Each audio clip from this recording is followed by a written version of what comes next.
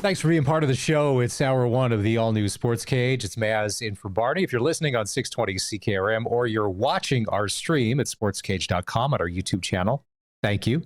As always, we'd love for you to be part of the show at 306-936-6262. Talking sports for the next 3 hours. Today's show is brought to you by Access Communications.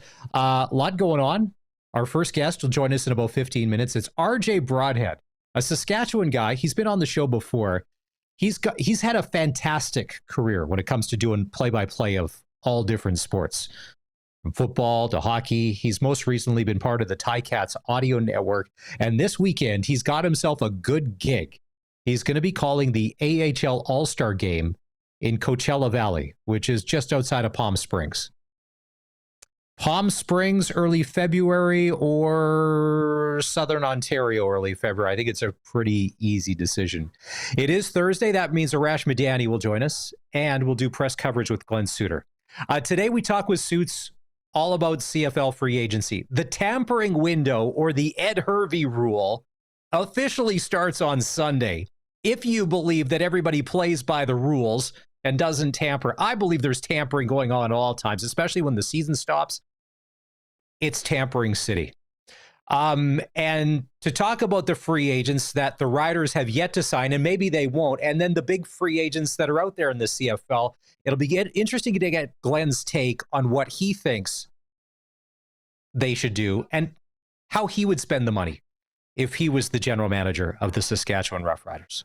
And speaking of the GM of the Riders, Jeremy O'Day, he had a press conference earlier, and voice of the Riders, Dave Thomas, was able to catch up with Jeremy and find out just a little more about the start of free agency and what potential plans may be. Here's Dave with the GM earlier today. On Sunday, the CFL's negotiation window will open for pending free agent players across the league, so any team can reach out to any player and make a formal offer in the next 7 days before the free agency period officially opens on February 11th. With more, we've got the Vice President of Football Operations of your Saskatchewan Roughriders and General Manager, Jeremy O'Day. And I guess let's start first and foremost. Tell me about the importance of this time of year when it comes to the free agent market. You know, I think it's the last number of years with one-year contracts, the salary cap that was implemented years ago, I think it's kind of changed free agency in general, just the fact that you can really change your team around when you go into free agency now. So I think, if you look at some of the other teams, there's, some teams have been very inactive with bringing their own players back, and some of that's just the case that there's a new general manager, a new direction. So, but you can actually, quite drastically change your team within a season in free agency if that's the plan. So, we were very active last year, and as I said before, we've got a lot of those guys still under contract, which is great. But we're also going to do, everything we can to try to improve our team if there's areas that we can, but also within the restrictions of the salary cap that we have to abide by. So yeah, it's important for us this year. It was important to work through our own free agents and get our guys back, which we still continue to do. But it is, it's an important time. As I said, I think there's going to be certain teams that are going to be real active and some that aren't going to be as active, like there is every year. So can you give us a look at maybe what's happening behind the scenes right now? It's a lot of conversations, a lot of tracking, a lot of talking to agents, talking to your own players, your coaching staffs. When someone gets released or someone gets presented to you, it kind of sets off a domino effect of, okay, I have the information now. I'm going to talk to our head coach, and then we'll bring positional coaches in. We'll have a discussion about the roster, and then of course at the very end is the discussion with me over whether a player would fit in salary cap wise or not. But you have to really just get into the window so you can have open, honest conversations with the agents of what's going on with the player. Have they been offered back? Is it a situation where they just want to see their value, or is it a case where they want a fresh start? So it's a lot of moving parts, and it changes kind of really by the hour when someone signs back somewhere, or a different direction is happening. We always kind of shift and pivot. So there's a lot of moving parts. At the end of the season, obviously, we find out who the pending free agents are in each and every team. You've done a masterful job re-signing a number of them already in Riderville. Jeremy O'Day, were you able to re-sign all of the people and players that you targeted? There's probably 3 different categories. There's some that we've already offered contracts to. I'd say that we still have some offers out there that we're still working on. And then there's some players that we may still offer, kind of yet to be determined. And there's some players that will, we probably won't offer. And when I say that, and that can change as well, because you're going into free agency, and if that player doesn't get the opportunities that they feel that they have, then maybe we have a conversation at the end. So they're all kind of ongoing. I know there's uncertainty for the players that are free agents, but we can't really give them the information until we have all the information in hand. So I guess we're still working through some guys. Hard to tell if we'll get them done before the window or if they'll go into the window. I think last year you saw some of our guys went into the window. We still signed them back as we were in the window. So we'll continue to work on that. But there are some players that just won't be back. Now, a question that I get asked quite a bit is like a player, for example, like Brian Cox Jr. or Marcus Sales, who may be headed towards this free agent window. If they make it that far, is there still an opportunity that you could sign them and have them back next season? It's a great question, something we deal with regularly. So, usually if a player goes to the window, there could be a number of different reasons. If the player feels like he's going to, have more value than what you offered or what you didn't offer, then he'll go to the window. I think last year we signed a couple of our guys back in the window. But there are some cases, I'm just going to be honest, we kind of have an idea when we're going through it, if the player's going to the window, what the likelihood is of that we would get him back if he goes in the window. So sometimes you pivot even before, even though you've offered, and with the realization that, there's probably a chance that he's going to, have those conversations and agree with another team. So, there's always that risk, but it's an understanding. And then there are some times where we actually just say, hey, go to the window and see what your value is, and then we'll talk after. And sometimes that happens as well. And sometimes you get them back and sometimes you don't. But when you do that, you have to understand that there is a chance that you're going to not get the player back. Now, speaking of signings, you did make a player announcement in signing Shane Ray, of course, a Super Bowl and Grey Cup champion who has spent some time with the Toronto Argonauts and was a first-round selection in the NFL of the Denver Broncos. Can you tell me about the signing and the process that went into bringing him to Saskatchewan? Yeah, we've been tracking Shane for a while. Obviously, he's had a little bit of history in our league. Got bit by the injury bug when he was with Toronto, but I thought every time that he played, he was impactful. And, in our league, pass rushers are a premium, and you're always after good pass rushers. As I said, everyone's important, but getting the quarterback is important for us. And so we've kind of tracked him. He actually got an opportunity to go back to the NFL. And, when they go back, you can watch their tape and you can evaluate how they looked and, where they're at age-wise, where they're at their career-wise. And then, it also obviously helps that Corey coached them in Toronto. So had good conversations with Corey. He's got a close relationship with them. And so, we do that often, reach out to players that are available, sometimes players that no one's even talking about at times. We'll have conversation with those players. But, Shea finally got to the point where he said he'd like to come back to Canada. And so, there was a couple of teams that were involved with the negotiation. And so he had a choice to make where to go. And he had options, and we're excited that he chose to come. And for some reason, he likes Corey. I'm trying to figure out why, but he ended up, that was a big factor in being comfortable coming back, wanting to work with the guy that he has a lot of respect for, and Corey the respect was mutual. So we're excited to have Shane part of the crew. Now, it's also a time where teams are starting to release players, one of which is Mike Rose in Calgary. Have you reached out to him already? Yeah, just like anytime there's a good football player that's released from another team, we'll always do our due diligence and have conversations of whether we'll have interest in that player or not. A lot of respect for Mike Rose as a player. He's had a lot of success in our league. He's been a multiple time All-Star.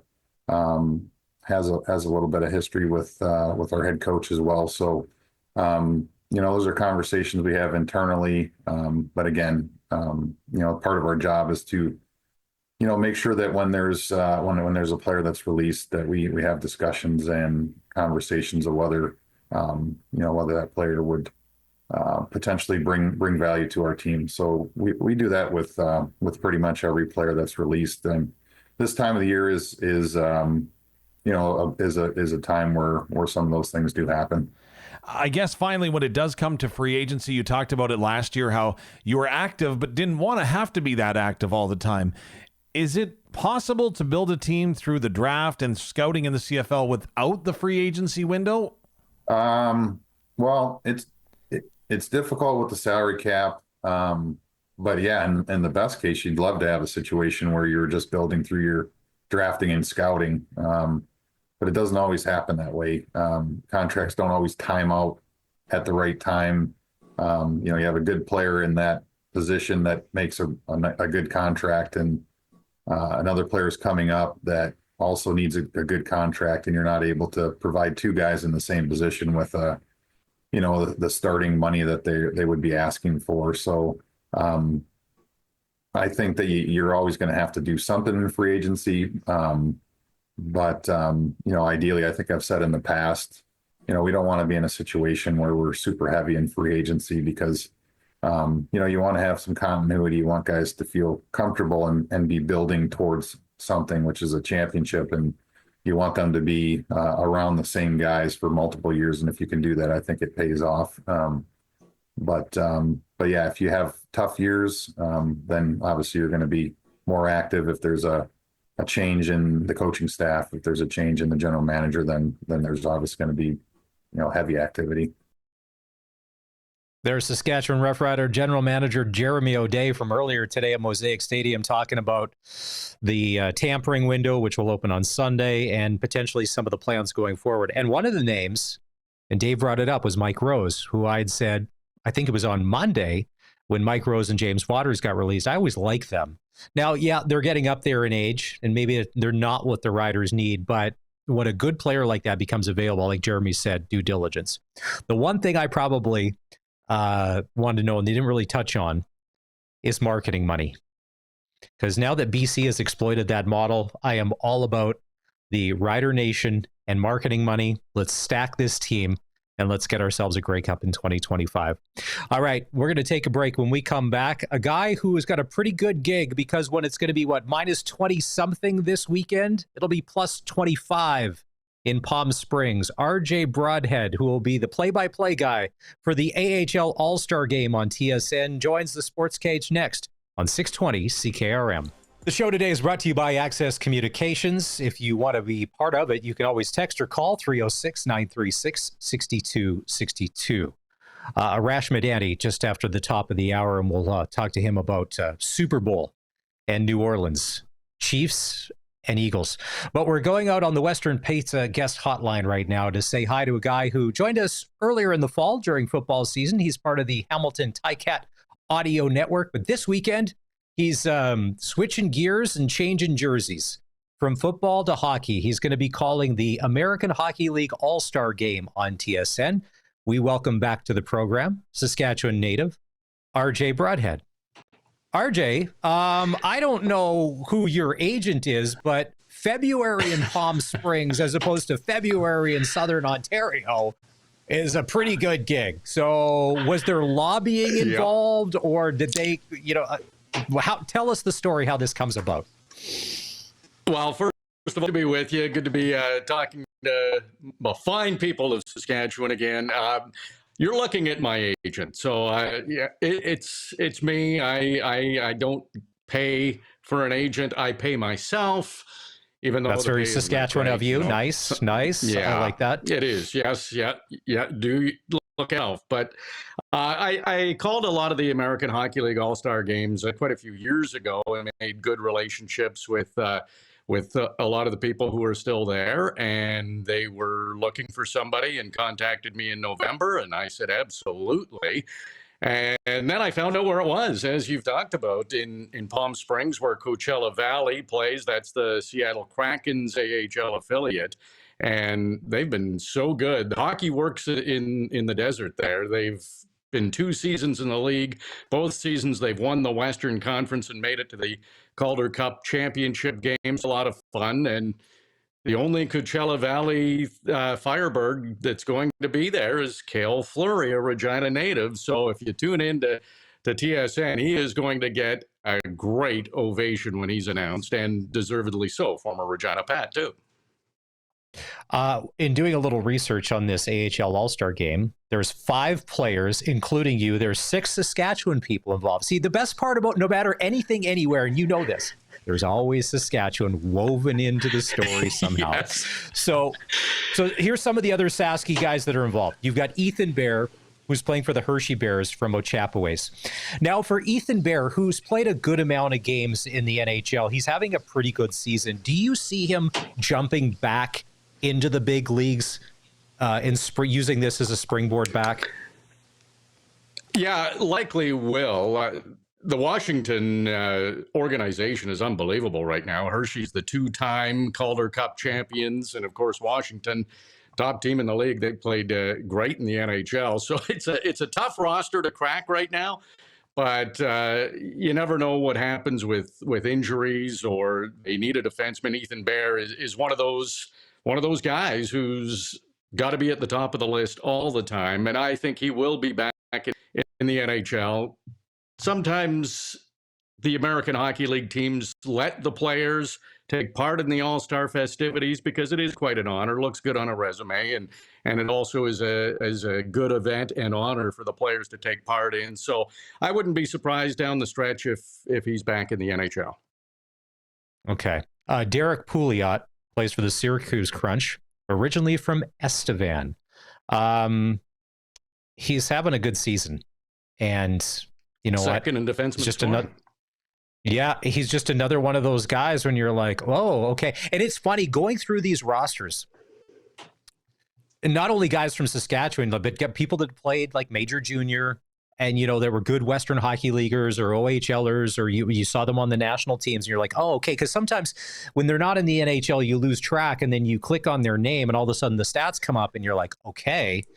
You start to see these guys are dominating at that level, and how long before you see them jump to the big leagues? Yeah, Maz, that's so true. Even going through these AHL rosters, there's players that I've lost track of, and it's okay, that's where he is. He's been lighting it up. So those are some great stories that we'll be able to tell during the broadcast. The skills competition is on Sunday, and then the game is actually Monday. The 3-on-3. So that'll be high-paced and a lot of fun to call. Derek Pouliot is, when he was with Portland in the Western Hockey League, I called a lot of his games, and I thought he was a surefire lifer in the NHL, and that's how difficult it is to be someone who plays their whole career in the NHL. Derek Pouliot was an unbelievable defenseman in Hockey League, and he's had quite a few games in the NHL as well. But it's tough. You've got to be elite. You've got to be consistent. And for the most part, Derek has. But there's also, you got to be in the right place at the right time. So he's in the Syracuse, which is the Tampa Bay Lightning's organization. And the Lightning are battling for playoff spots. He's another guy that I wouldn't be surprised if he's back in the NHL after this All-Star game or shortly after.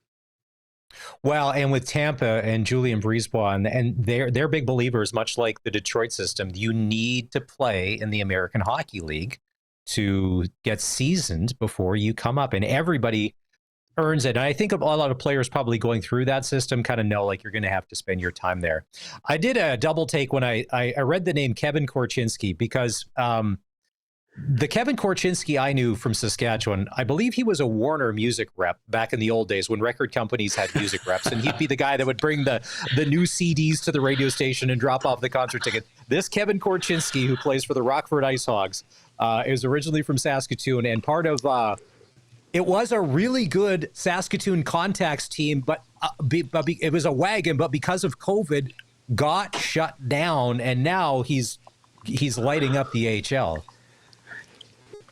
Yeah, he's another player, and you talked about players needing seasoning in the American Hockey League. I think that's what Chicago's doing with him. He's not going to be in the American Hockey League for long. There's so many first-year AHL All-Stars, and a lot of times those guys are on the cusp of making the NHL, and those NHL teams, the organization wants them to play in these games and get to know some other great players and make them aware that they're are one of the best in that league, and they're ready to make the next step. So Kevin Korchinski he's going to be fun and see his skills and defenseman with so much talent. So he's another guy that, going into the draft, you thought, okay, he's probably gonna skip an AHL stint, but he's there now and he's excelling. So good for him.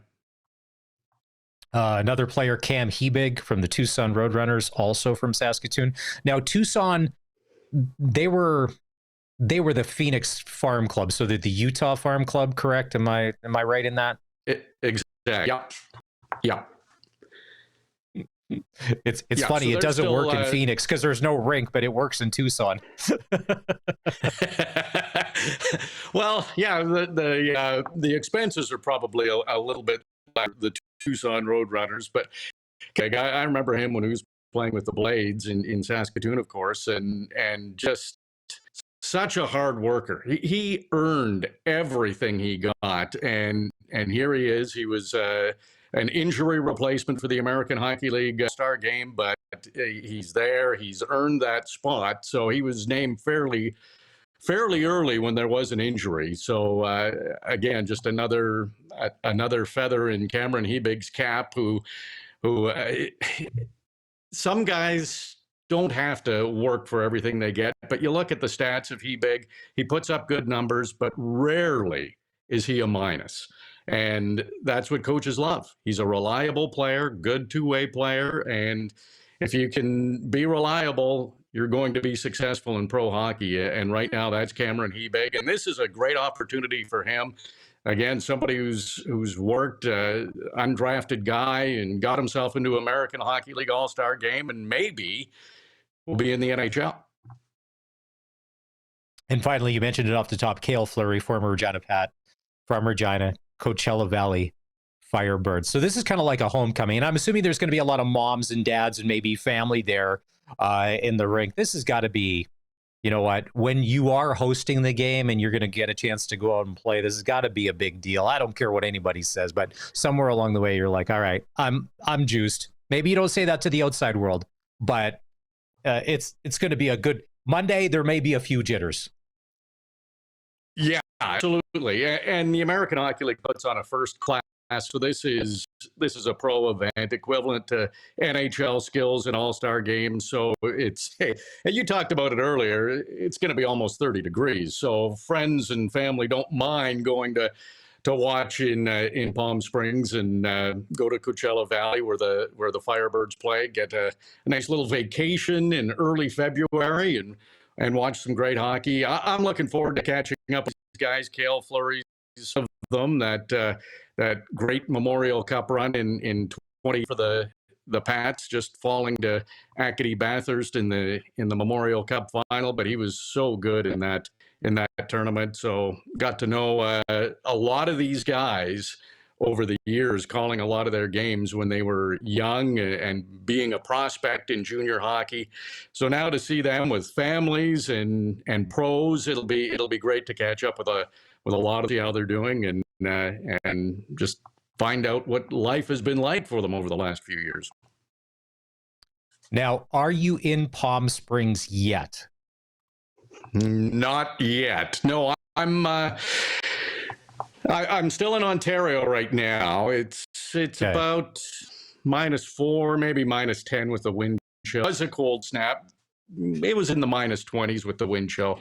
Hey, Saskatchewan guy, that's nothing. People out here complain, -20 wind chill, big deal. I'm out there in a t-shirt, shorts, so I'm all ready for Coachella Valley. Nice. And the good thing about the Palm Springs airport, it's small. So to get to the rental car counter, it doesn't take all that long. And next thing you know, you zip out and there's an in and out just outside of the airport there, and you're rolling. Maybe you go to the mall or in the casino in Cabazon. I don't know. Maybe, you know what? You do what you do. My wife's brother and his wife, they live in Redlands, which is just down the road from Palm Springs. So we've been there. We're a little jealous. I was going. It's going to be great. So I've never been, so I don't mind this tour guide you're giving me right now. So this will be my first trip. You're the expert. So airport rental car in and out. What else? Well, here's the thing. Magically, somehow, some way, every flight out of Palm Springs back to Canada leaves late. I don't know why. The plane's sitting there. I don't know why. Oh, no. But, it's a half hour. No. It's 45 minutes. It's an hour. Okay. But that's not the worst. And they don't necessarily have the best food situation at the Palm Springs airport. Like, they don't have a great food court. You know how some airports have a great food court? They don't necessarily. Yes. They don't necessarily have that. But they do have nice weather, and it should be awesome. Let's switch gears, because you're part, like when it's football season, you've been part of the Ticats audio network. And last year, one of the most impressive things that I saw, and I'm a bit of a Bo Levi Mitchell fan. I wouldn't have been upset if he would have ended up in Rider Nation wearing green and white when, everybody, the rumors were out there. After Bo Levi got benched last year, and then the injury to Powell, and he went back in to see him take his game to the next level. What was it? I know what it was like on TV. What was that like watching that happen live? It was, I've always said with sports, it's the original reality TV. You see happy, you see sad, you see mad, you see celebrations. That was showing mental perseverance and stepping their game up. And it's not like it's a young guy who's trying to make a name for himself. Bo Levi Mitchell's going to the Hall of Fame. We all know that with the numbers he's put up. And that had to be an ego bruise to be replaced by Taylor Powell. And then to go back in there and excel, be even better. He made himself better. He listened to what he needed to do to improve, and he did exactly that. And the numbers showed on the field. And for a team that didn't make the playoffs, for him to be the Eastern Conference most outstanding player, that's actually rare. Surprising also this year, he was the only quarterback that was named a team most outstanding player. So that's kind of interesting to see what happened last season. The other thing that Bo did, and it's an intangible, has nothing to do on the field, but it's a locker room thing, are the overalls. When he was wearing the overalls and other guys started wearing them, it turned into a story. It was just a glue thing for the team that they went on a winning streak and put a little scare into the playoffs. There's his leadership too. He was thinking of something that could help the team, bring the group together, lighten the load on everybody, and he ended up with that. And it was a lot of laughs. It worked for a while, but his play on the field was super. I just think it's such a good lesson for everyone. Not everything is roses in life all the time. You get an opportunity, make the best of it, and do your best. And a lot of times good things will happen. RJ Broadhead is with us on the Western Pizza guest hotline. Western Pizza, if you get Western Pizza Express, it's free delivery with orders over $25. Now, you talked about leadership and handling things the right way. And then in this offseason, you see he restructured his contract, taking essentially, if we read it from the outside, essentially less money. And I don't know up front, back end or whatever, but basically helping the team to build a better roster around him. That shows me a guy that wants to play and wants to win. Absolutely. Bo is he's not just saying it to the media. He will, if he puts up big numbers, happy with those milestones, but he wants to win. He had a great game. He had 5 touchdowns, tied a career high. And in the post game, when we were talking with him, I mentioned to him, hey, you had the 5 touchdowns. He says, no, I had 6. And we paused for a moment, and he threw a pick 6. So he was joking, having some fun in the post game, and that's his sense of humor. But he's very aware that it wasn't perfect, and he's letting everybody know that, hey, I had 5 touchdown passes, but I'm thinking about that one that I shouldn't have thrown that turned into a pick 6. But it was a light moment. It was coming off a win, so it's easier to joke about those things. But yeah, he does want to win, and Tiger Cats are overdue. 1999 is a long time ago. That's a generation ago. There's guys on the team who weren't even born the last time the Tiger Cats won the Grey Cup. So that's the goal going into this year. New general manager, new defensive coordinator, and hey, we'll see what happens. Following Jeremy O'Day is not nothing to do on this show, Maz. And of course, riders are so important to everybody in Saskatchewan and all across Canada. There's so many expats from Saskatchewan that are around and pack the stadium. So I was listening to your interview with him. Great job. But like a lot of teams right now, we don't know what's going to happen. We don't know what those teams are going to look like when training camp rolls around in May. So this coming month is going to be pretty interesting to see where some of the free agents end up. What are the top 2 needs, like position-wise, that in your opinion, the Ticats need to maybe address in the next week or so? Because like you said, the drought is 1999. They need to get off to a good start to put themselves in a position to be in the playoffs. So what are the 2 positions you think that they need? Okay, so a lot on defense. I would say the secondary has to be better. Jamal Peters is there, and Stavros Katsantonis at safety has been solid. That's an area that definitely needs to be improved. The linebacking core, but I also think receiver. They've had Shamar Bridges stepped up. Tim White had another good season. I think if you asked him, he wouldn't have been happy with some of the drops he had in the season. Stephen Dunbar was good, but I know Scott Milanovic, head coach and offensive coordinator, loves big receivers, and I'm seeing some of the guys they're bringing into camp. I don't know a lot of these guys. You see him at training camp for the first time, but Shamar Bridges was one of those guys that was brought in last year, and he's got size, he's got speed, he's reliable. So I'm interested to see how they improve in that area. I'm also a big James Butler fan and just a fantastic guy off the field. The team loves him. I really got to know him over the past couple of years, so it was tough to see him go. But at running back, the Tiger Cats seem to be solid with Greg Bell. He emerged as a guy who could be elite in this year. So I wish James Butler all the best in BC, and we'll see what Bell can do as the starting running back. Well, I think on the linebacker front, and it's not just Hamilton, I think with any team, a Winton McManus signing instantly changes your defense and makes it a whole lot better. And there's no guarantee that he's re-signing in Toronto. Obviously, we're this close. They're going to go to the tampering window, or is we'll call it Ed Hervey week, because if he's the one that started it all way back when. Now, we've been beating the drum, and we have Darian on the radio every Monday, and Durant said the Riders need a number 1 receiver, a legitimate number 1.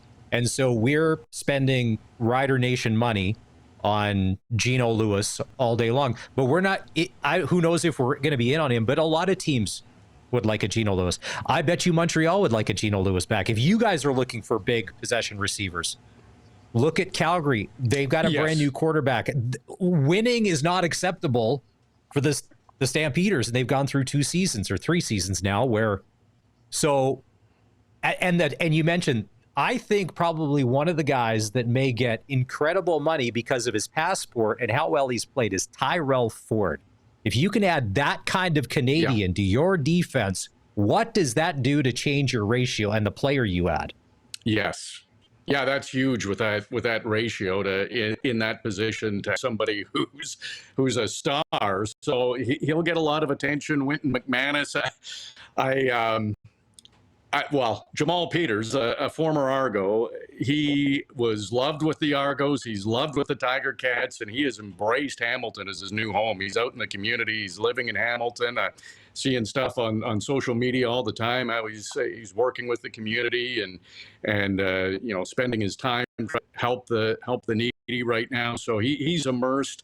I wouldn't be surprised if he's talked to some former teammates and told them how great he's loving life in Hamilton, and maybe he can influence a guy like Wynton McManus. Gino Lewis, I have to touch on that too, is he has been dynamic against the Tiger Cats. It doesn't matter if he's All or Edmonton, always had big games. And I have to laugh when, as a free agent, that would be a double whammy for the Tiger Cats. Not only do you get a possession receiver, as you mentioned, but you get a guy who's really over the past few years on your team. You don't have to worry about him anymore. So I'm sure the Tiger Cats are in on that one too, but it'll be exciting. Next few weeks will be exciting to see where guys end up.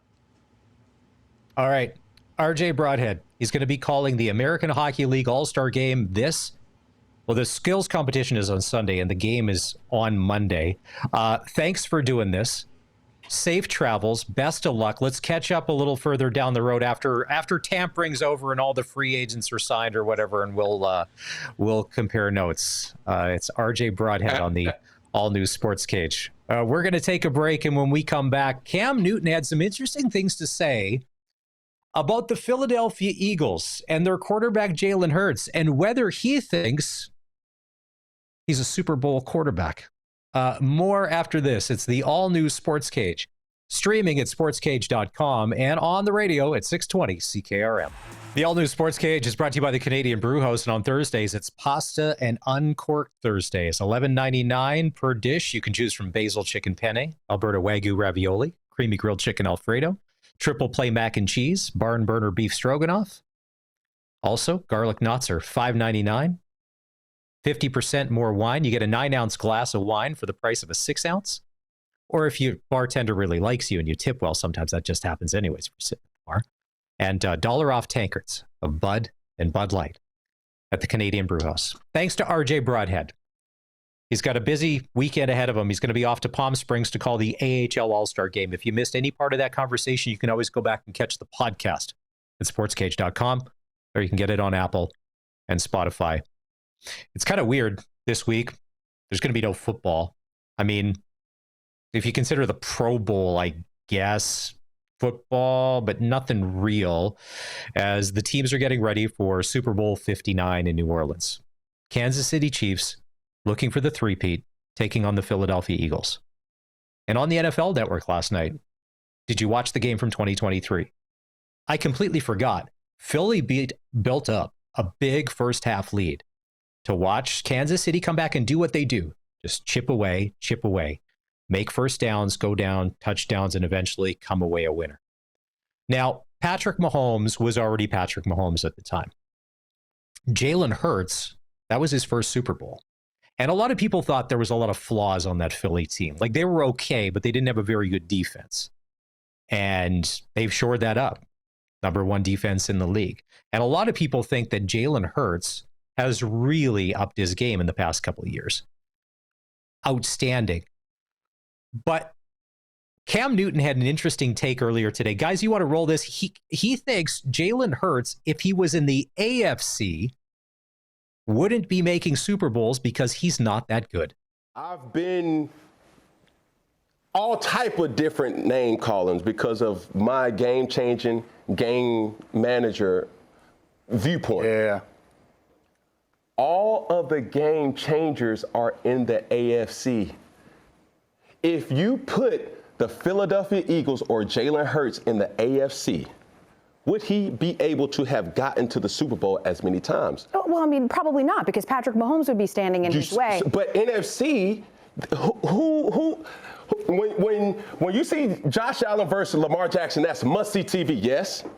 Yes. When you see Patrick Mahomes versus Josh Allen or Lamar Jackson or even Joe Burrow, that's must-see TV, right? Yes. What's must-see TV in the NFC? He makes a good point. Like the Cowboys, once Dak Prescott went down, and believe me, I'm not a Cowboys apologist. I'm not saying that Dak is always must-see TV, but last year when they were good, okay, I get it. Who else? New Orleans? I mean, Baker Mayfield was good this year. But since it's Tampa and he plays in a smaller market, probably never going to get the run that it deserves. Carolina, awful. Like, who else in the NFC? Giants, awful. Colson, can you think of any quarterbacks in the NFC to prove that point of what's a great NFC? Like, you can't, like, Sam Darnold had a good season, but Sam Darnold was never in this conversation until maybe this year. And even now, after watching those final couple of games, I'm just trying to think, like, who are the other big names? What am I missing? Yeah. I'm struggling to come up with some other names there. Like, all of them are either one-offs, if you will. So like you were saying, the Vikings quarterback there, I can't even remember his name. Kirk Cousins didn't have a great year in Atlanta. He just didn't. So much like to Arash's pleasure. But he would have been he would be one of the names I would have put up there to be, if he would have had a good year, to be like, yeah, he's a good NFC quarterback. I mean, Derek Carr got hurt in New Orleans. Yeah.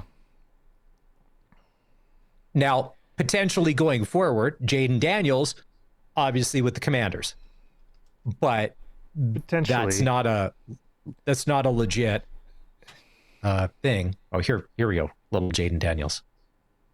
Yeah. If you go to coolbet.co, Kansas City is still favored. The line hasn't moved. They're 1.5 point favorites over the Eagles. Yeah. Do you think because Kansas City, they're not the high flying offense anymore? Do you think they're going to be able to score with Philly, or do you think that Philly, because of that Kansas City defense and Chris Jones, are going to have a tough time scoring? I think it's going to be a whole different ball game compared to the NFC Championship game. I think it's going to be a lot more defense focused than people are expecting. The big difference, and this was what people were saying going into the Eagles and Commanders game, was you have to stop Saquon, right? If he breaks off for a 60-yard touchdown, that puts you on the back foot, that puts you behind. It's still the Chiefs. So I think, like you were saying, the last time they played, Eagles had a big lead. I don't think that's enough to stop the Chiefs. You have to put your foot down on the gas the whole time if you're the Eagles. And that's the only way I can really see them winning. If it's a close game, you can't count out Patrick Mahomes or the refs, according to some people. Did I send you guys the Patrick Mahomes refs in the hot tub picture? No? Curtis is shaking his head. Okay, well, it was floating around today. Once again, I love the internet, man. My wife's like, get off your phone. You're setting a bad example for the kids, but there's just so much good stuff out there right now. There's political stuff. There's sports stuff.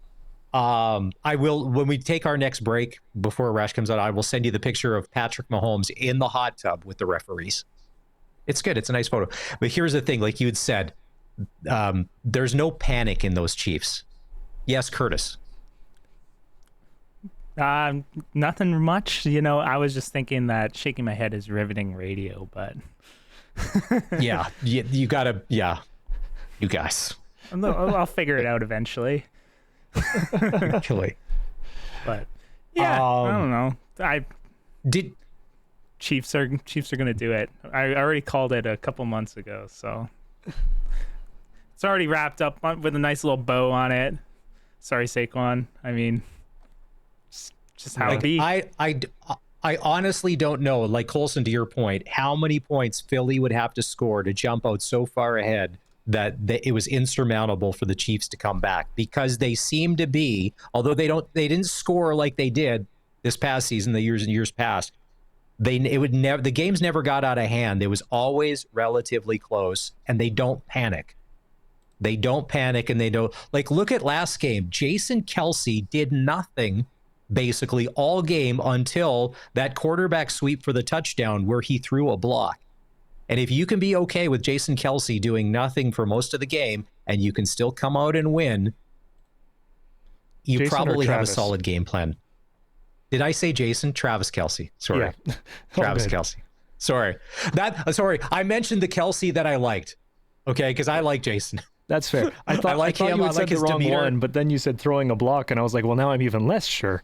But Because Yeah. if you watch their podcast, he said he's cheering for his brother and and the Eagles. city of Philadelphia. Yeah. And the Eagles. Not that he's cheering for his brother and then Philadelphia, because obviously he played there forever. The ties run deep, the fans, they're related, all of that. So he's cheering for his blood and the city of Philly. Yeah. Like, if they win, does the bench press guy or guys, I'm assuming it's more than one person, do they get a spot in the Super Bowl parade? Like, would they be up on a bus, one of those party buses, like benching as they're driving down the streets of Philly? I feel like they have to be. They do. Like, that's been part of the karma. And That's like what's you the said, name that's of that part movie? That's part of the That's whole part of the spectacle of it now. Yeah. What's the name of that movie that Bradley Cooper is in with Robert De Niro, where their whole family, they're Philadelphia Eagles fans. Jennifer Lawrence is in it. It's a really good movie. Why can I not think of the name? But there's some incredible scenes in there, like when they go to the game and they get arrested. Yes, Silver Linings Playbook, where they go to the game and they get arrested, including his psychiatrist. They get arrested at the game for violence in the parking lot, for starting a fight with other fans. That was a good movie. But Bradley Cooper, huge Eagles fan. They always usually show him, and then they show Jeffrey Lurie, who was the owner of the team. Were you guys surprised on how little they actually showed Taylor Swift at the game last weekend? And I'm not complaining, because it got to ridiculous amounts. No, because I feel like there's so many people that do complain about how much they're showing Taylor Swift. Of course, they're gonna take it back a notch, It's like, maybe we shouldn't show Taylor Swift every second frame, because apparently people are getting upset with that.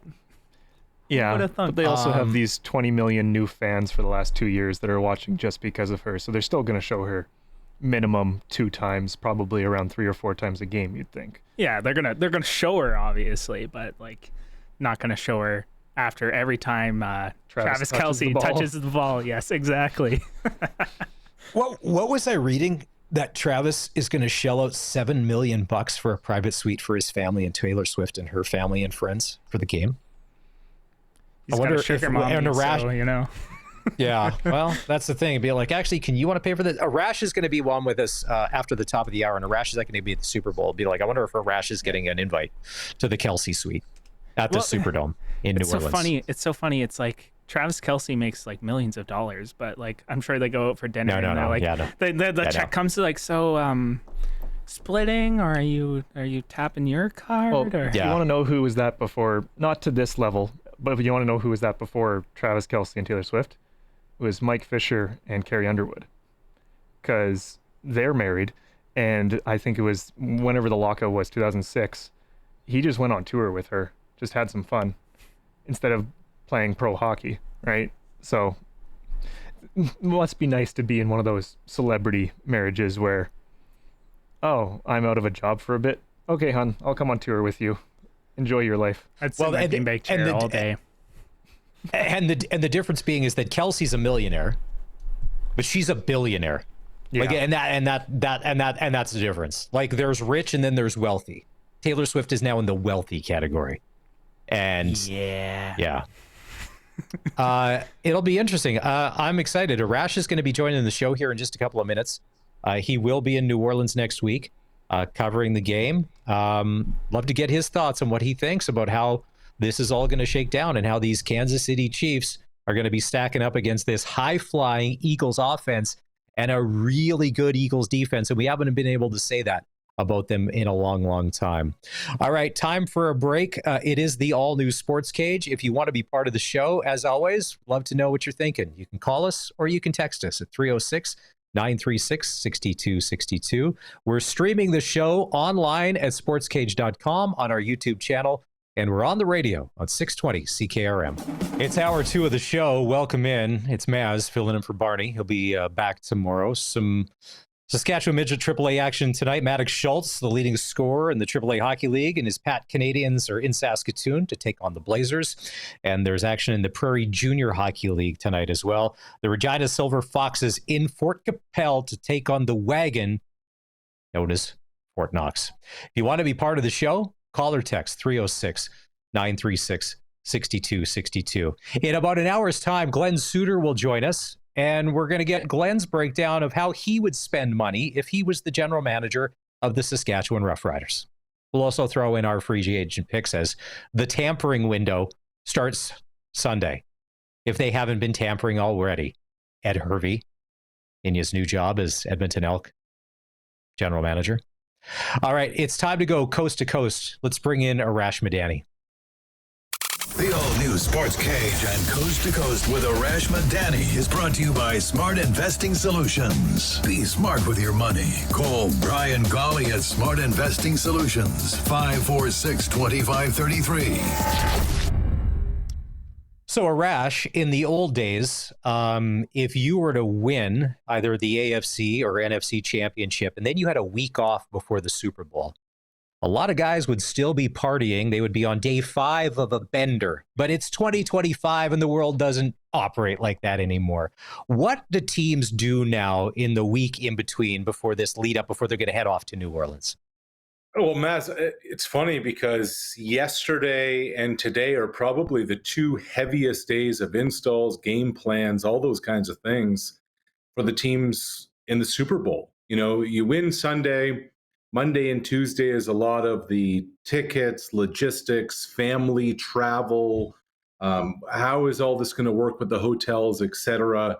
Plus, you got to get your treatment. You're probably banged up, not just from the game before, but from the season. But yesterday and today are 2 of the real heavy days, even tomorrow, because once you get to the Super Bowl site, it's just an altogether different vibe. Right now, you're still in your team facility. You still have all of your, resources that you're able to use. And I think all of that is so important for a team because they're getting a lot of what matters football-wise done now because a lot of hoopla takes over next week. I don't think a lot of fans realize for a football team to travel anywhere, it is a quite the operation. It is a road show of, we see players and coaches, training staff, medical staff, equipment, all the front office and all of that. Now you get to see all of this. So basically you have to transport a small football city, they both do, to go and do that. So how do you start to block all that out? Because it's also party time in New Orleans where people are there to have a good time and probably maybe go to the football game on Sunday. Yeah, so if you're, say, Kansas City, it doesn't matter, Kansas City or Philly, I'm assuming the Eagles are just going to take over the Saints facility, the Saints practice facility, their building, their film room, their treatment room, et cetera. You got to get all of your stuff over there. The other team will probably set up shop at Tulane University, where the college team is. So it's not just that you're getting players and coaches over there to do all, you have to move your entire operation there. So what does that mean? Okay, so you arrive on Sunday. Both teams will have an advanced staff that has already set up shop in New Orleans so that when the players and coaches touch down, everything's already ready to go. Everything is all systems from film, equipment, training staff. Monday is kind of a chill day for the teams. And then Monday night, each team has to do a media night. Now, for coaches, this is getting out of their routine. They're used to having meetings on Monday to get ready for Tuesday. So there are a lot more obligations that you have throughout the week, which is why yesterday, today, tomorrow are so important to get everything in. During a Super Bowl week, Wednesday is the main day of practice. And then Thursday, Friday, the coaches are backing their guys off. Stay off your feet, less running around, be as fresh as possible. Because the other thing, Maz, you can't do is you can't just overemphasize the same things over and over again, because then the message gets stale and the urgency gets a little less. And what's wild about Super Bowl week is sometimes teams, say the Patriots, they added that goal line 3-corner look after their Friday practice in Arizona. Like, their practice week was done. Then they added the look and they just walked it through in the hotel, and Malcolm Butler ends up making the interception. So it's just so interesting to see how it all unfolds depending on how each team wants to approach it. You're covering the game next week. You will be in New Orleans. How many Super Bowls is this for you? And do you remember your first one? I remember the first one. That was in Dallas. It was Green Bay against Pittsburgh. How fitting for a lifelong Vikings fan to watch Green Bay win a Super Bowl. I remember a few things about that week. There was a snow, hail, ice storm in Dallas. The Dallas Metroplex has a population of like 6 million people, and they had 2 snowplows for the entire city. I remember that. I remember Clay Matthews making an incredible play late in the game. Graham Harrell, a former Saskatchewan third-string quarterback, I think. Backup quarterback. Graham was the third-string quarterback of the Packers that year. I've done a bunch. The most memorable one for me was being 20, 30 feet away from Malcolm Butler making that play. And I didn't see it happen, Maz, because we were basically standing at about the 5-yard line, and when you're that close to the field and there's a bunch of people in front of us, I'm kind of on my tiptoes. I was so convinced the ball was going to be handed off to Marshawn Lynch in that spot. And I'm like, wait a minute, what happened? And then there's this explosion in the stadium. And then I looked up on the Jumbotron and everyone's jumping all over Butler. I'm like, oh my God, they threw the football. What are they doing? So I know. So when you watch on the NFL Network now that game, and then you hear from Belichick, you hear how they installed the play, you hear from Malcolm Butler, you hear from, shocked Seattle Seahawk players or whatever, and to do that, to come together, because a lot of us, whether you're in the stadium or watching TV, we're like, well, this game is over. Oh, the Patriots are going to lose. And then somehow they don't. And I know, just to see it go down. Oh, here it is right here. This is crazy. This is crazy. Brandon Browner was the corner. Brandon Browner, the former Calgary Stampeder, he was the one who was physical off the line that allowed Butler to jump the route to make that play. I still remember when Browner was at the top of his game. Now, keep in mind, am I wrong here? Is Brandon Browner's in jail at the moment for a crime? Is he not? I believe so, yeah. Yeah, okay. All right, okay. But when he was at the top of his game in football, he was pretty good in the CFL and the NFL. Okay, so the Eagles were there a couple. I had mentioned this. The game was on NFL Network last night, and I forgot how Philadelphia built a big first half lead against Kansas City. And it was like, uh-oh, look at this. And then, we all know it ended. The Chiefs just chip away, and they don't panic. So they've been there recently. The Chiefs are going for 3 in a row. Is there an advantage, or is it a saw-off because they both have recent Super Bowl experience with a good chunk of their rosters? Yeah, I think it's pretty even from that standpoint. And I think that's something that, unless you're in the building or have played like a marathon football game, you don't get quite a grasp of, is how long the day is and how long the game is and how much of an impact that makes. Like, the TV timeouts are longer because they're charging $8 million for a 30-second commercial. The halftime is longer because it's a featured act. Everything is delayed. And so guys by the fourth quarter are winded. There's a lot more cramping. There's a lot more exhaustion. To me, the depth of your roster is actually going to be important in this football game. kid like Sidney Brown from London, Ontario, playing safety for Philadelphia could end up making a play in this game that's going to be significant because you're going to need everybody on your roster. You know, we talk again, I don't want to wear out Malcolm Butler here. Malcolm Butler didn't start that Super Bowl. They didn't bring him in until halftime of that game. He was only on the field in that situation because they went three corners. So it's the understanding that, okay, the first quarter is the first quarter and the first half is the first half, but how do I manage my body? How do I manage the whole emotion of it? How do I make sure that I keep my gas tank as not full, but not depleted when it comes down to the biggest moments of the football game? So here we are 9 days out from the big game. What's the bigger storyline right now? Mahomes going for 3 or Saquon Barkley trying to get that first after such a dominating first season in Philly? I think overall, the biggest story is Mahomes going for the three-peat, Kansas City going for the three-peat. And if Mahomes does it, he is on a trajectory to put himself vaulting past Tom Brady. You know, if Patrick wins his fourth, getting to his sixth, wow.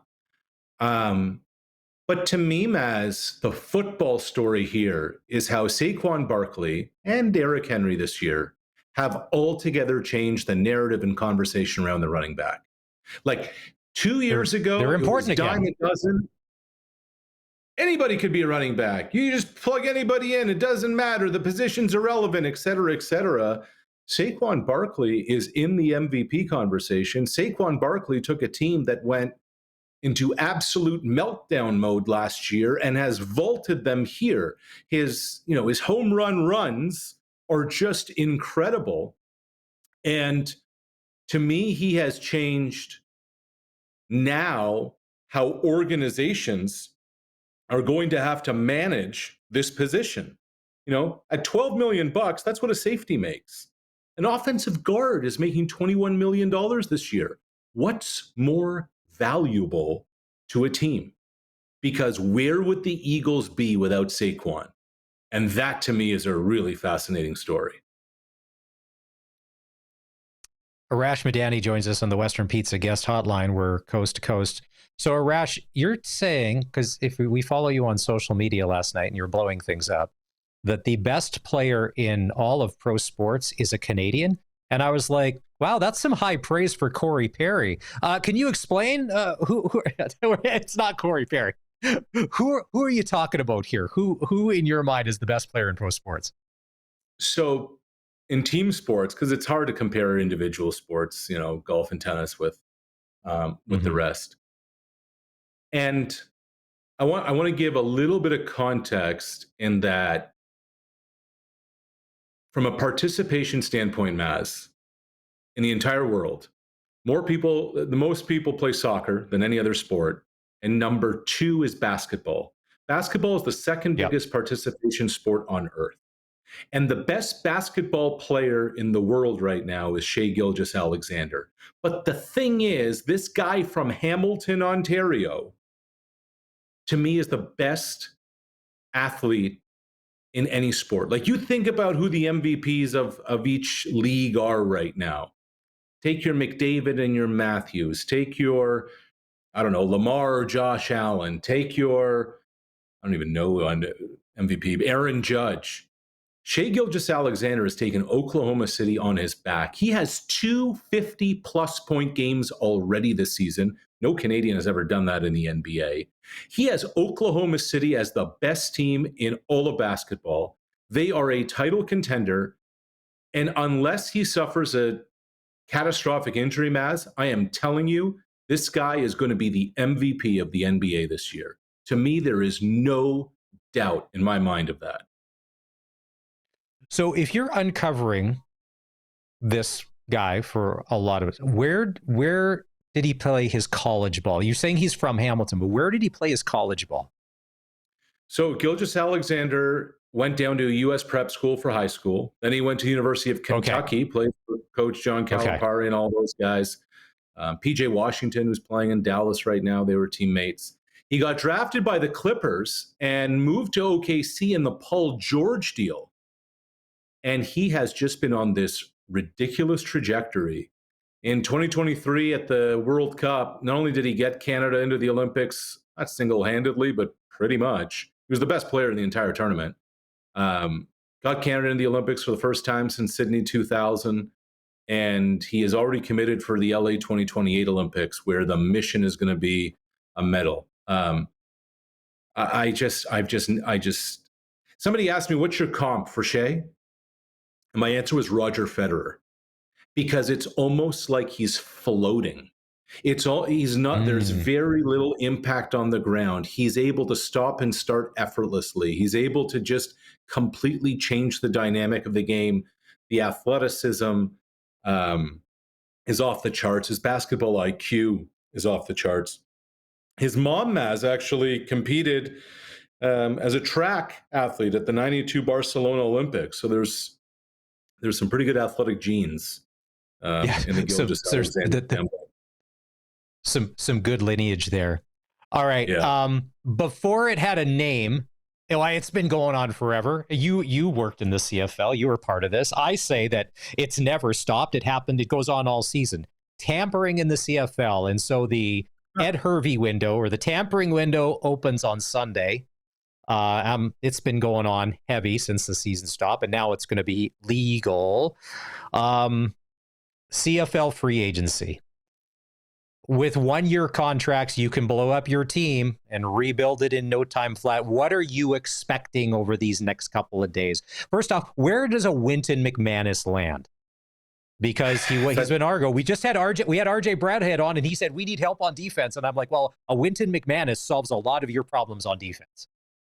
Yeah, I look at the Riders, and I say to myself, okay, there's different ways of approaching this, but ultimately you get to the West Final, and what happens? Kenny Lawler torches you for 177 and 3 touchdowns, right? So to me, this needs to be addressed 2 ways. One is by pass rush. Second is by corner.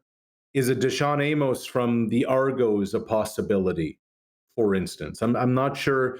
They were gifted Marcus Sales when he got cut by BC last year, but maybe he's priced himself out of his task. But I just look at, on the corners, is that something of a priority there? They also need to get to the quarterback. I mean, let's be real. And yes, Micah Johnson is not just 37.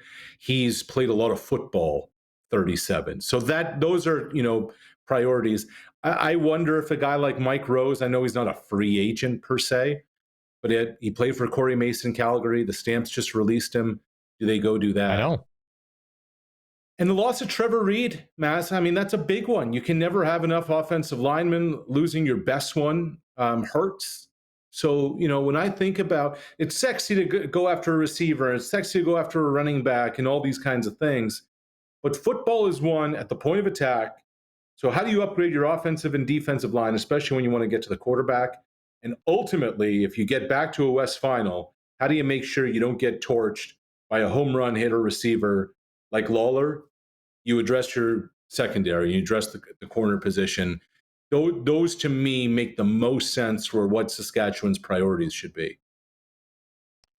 Well, with Jake Ceresna being a free agent, and he's Canadian, and Tyrell Ford being lights out and a Canadian, let's say you were able to add both of those. Just passport alone, how you can restructure a good chunk of your team on offense and defense. Because to me, last year, Tyrell Ford was, outside of Roland Milligan Jr., to me, probably was the second best secondary player in the CFL. He's a game changer. And I think he's only going to get better. Yeah, and I think going back to the Ceresna point too is, I think if there's anything we've learned in the Dinwiddie era, because let's be real, Dinwiddie's running the football operation, not Michael Clemens. If an Argos player gets to free agency, they're probably gone, because the expectation that the player has in terms of what they're going to make on the market, Toronto isn't going to pay them.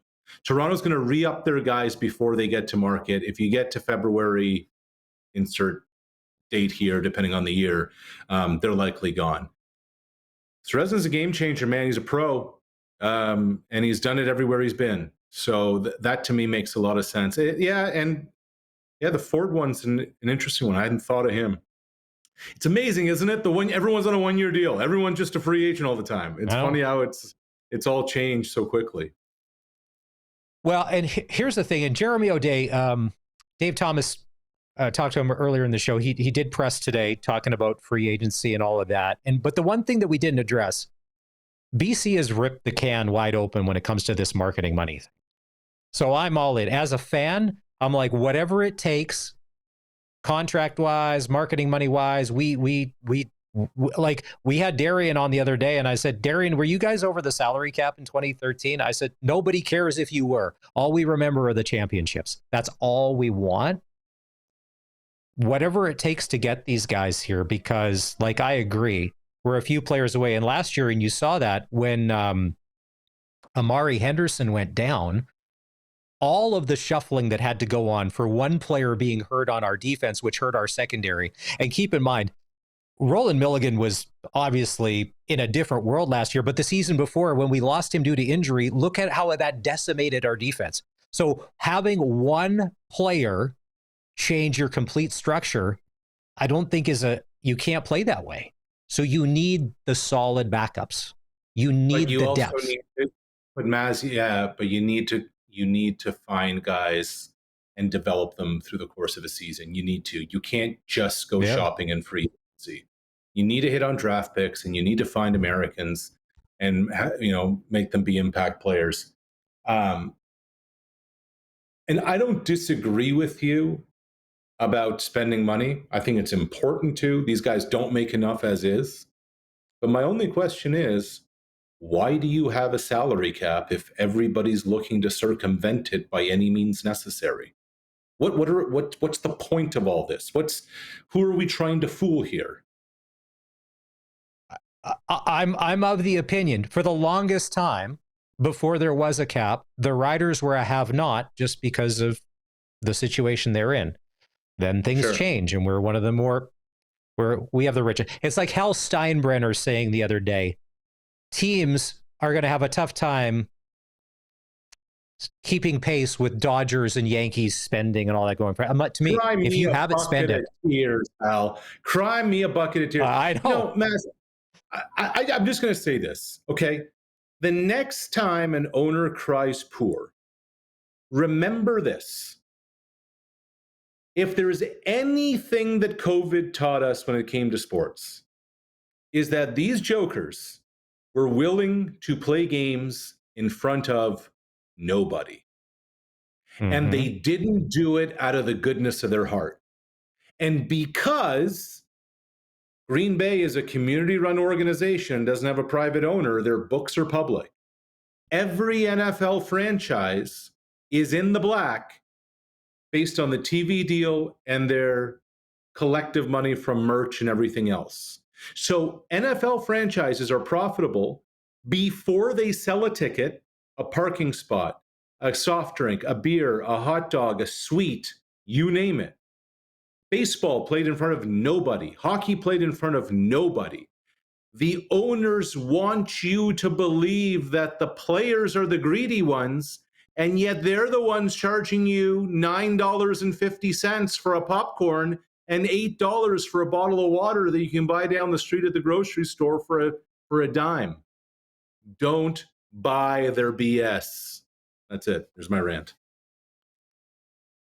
And as fans, and as rabid fans that don't understand logic, or we run on emotion, we just want a winner. When we talk to you on Tuesday, will you be in New Orleans? I will be in New Orleans. We fly in this weekend, so looking forward to it. All righty. It's Arash Madani, coast to coast. Safe travels, my friend. We will catch up with you next week. Arash is going to be covering the Super Bowl next week between the Eagles and the Chiefs. And as we mentioned earlier, the Chiefs are still 1.5-point favorites, according to Coolbet. All right, we're going to take a break and come back. When we do, time to talk a little NHL. The captains have been named for the Four Nations Cup. Do you think you know who they are? If you were to take a guess, and then maybe this is an easy one, who do you think should be captaining Team Canada? It's not hard. what about the Americans, the Swedes, and the Finns? We'll dive into that more next. It is the all-new SportsCage streaming. If you're watching on our YouTube channel, thanks. Give us a like and a subscribe. We appreciate that. Try to grow those numbers. Everybody's trying to look to grow numbers wherever they are. And if you're listening on the radio on 620 CKRM, we appreciate it.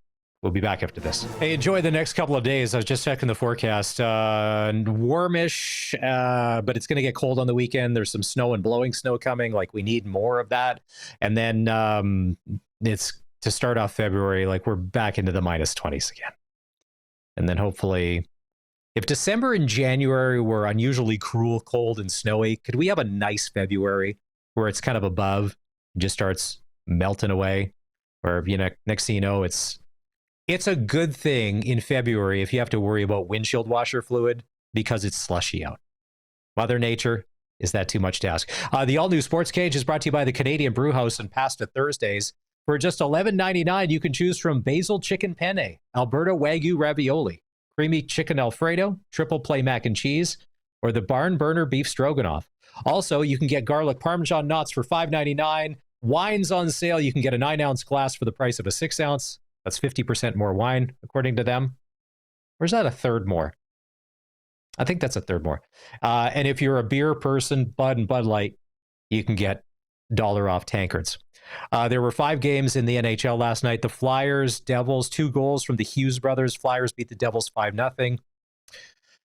The Wild and the Leafs, what's happening in Toronto? People are pushing the panic button. Last night, Jared Spurgeon had the game winner. Philip Gustafson made 32 saves. The Wild beat the Leafs 3-1. Kings, Panthers, Matthew Tkachuk had a goal and 2 assists. The Panthers beat the Kings 3-0. Canucks and Predators. Linus Karlsson scored his first NHL goal, and the Canucks beat the Preds 3-1. And I want to rewind a couple of days.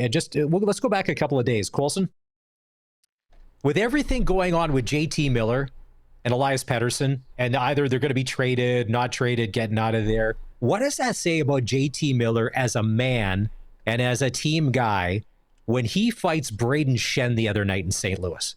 Because there's a lot of guys to be like, listen, if I'm getting traded out of here, last thing I'm doing is fighting a legitimate... Shen, for his weight, is a tough guy in the NHL. And there were some bombs thrown there. So, JT Miller, you got some, you know what? Because you're a man's man for doing that. Yeah, or maybe he just got really angry. Didn't think about it, wanted to fight him. I don't know. We weren't there on the ice. Yeah, it's definitely saying something given the circumstances they're in that he's going out of his way to land some punches, maybe hype his team up a bit. So, yeah. But then you see later on in the game where one of the Canuck players, I don't know, it's a late hit by one of the Predators, and Elias Pettersson, who he just skates by and does nothing. He doesn't stick up for his teammate. That's the guy you get rid of. You don't get rid of a guy, JT Miller, because Miller, I mean, he's got, to me, and I'm like, Vancouver, and if they end up trading both, you guys are so dumb. There's a reason why you've never won a Stanley Cup, because ride this out. You don't trade the guy that's all heart and a heart and soul of your team. If you ask any of his former teammates, he's a great guy. And for whatever reason, and what was it he was asked there? He was asked about the Jim Rutherford. Like, Rutherford's basically throwing his hands in the air and say, well, I can't solve it. Well, you're the general manager. Like, why can't you get them into a room to be like, what is up? Like, if we had to get together in a room with HR, me, you, and Curtis, maybe Barney, because Barney probably caused all of this. Now, the reason why we're in with HR, because Barney probably caused all this. By the way, Barney said on Monday he's thinking about starting yoga. Have you guys heard, has he started yoga? I cannot confirm nor deny. He hasn't started it in the studio, thankfully. Okay, so we're assuming he hasn't done a downward dog or doesn't know what a chaturanga is at this point. It's not a yoga guy. Come on. He's anything but a yoga guy, you know. He's doesn't like stats, doesn't like yoga. He's just a dude. No, but he said he was thinking about getting into it. If it's good enough for Andrew Harris and AJ Ouellette's got to be good enough for the Barnyard, I guess. Nah. Good enough for Diamond Dallas Page. Probably not. Yeah, should we sprinkle on it? Well, what are the odds that like over under 30 days Barney's starting yoga? I'm hammering the over. I'm hammering the over. And now I think you guys are just mocking him, which I like. I'm not telling you to stop. Last game last night, Penguins beat Utah. Sidney Crosby scored the OT winner. Penguins win 3-2. So I thought everybody was all hot and bothered that the Utah hockey team was going to be called the Yeti. But then today, Frank Saravalli posted that there's 3 names they're considering, and Yeti isn't one of them. Here are your options for Utah. Utah HC, which seems very soccer-ish if you ask me. The Mammoth, as in woolly mammoth, and then the Wasatch. Now, for people that aren't familiar with what the Wasatch is, Salt Lake City, there's actually 3 cities. It's Salt Lake, Ogden, Provo, and they're all basically all attached together on the highway. And the mountains right outside of the cities is called the Wasatch Front. It's the base of the mountains, basically, before you go back in where you'd get to Snowbird, where they had the Olympics and all of that. I know this because my sister used to live in Salt Lake City. I think we covered this on the show. Because if you wanted to go to a bar, you had to buy a membership to the social club. Yeah, I believe that was when Eric Francis was going down there. Yeah. Yeah. So if people are like, what does Wasatch mean? It's the name of the Wasatch Front. It's the name of the mountain range. Yeah. So those are your 3 choices. I think Wasatch is kind of their cop-out instead of Yeti because it's the local thing. Because I don't know if you saw this then, but Yeti, they got blocked by the trademark office. Yeah. Because,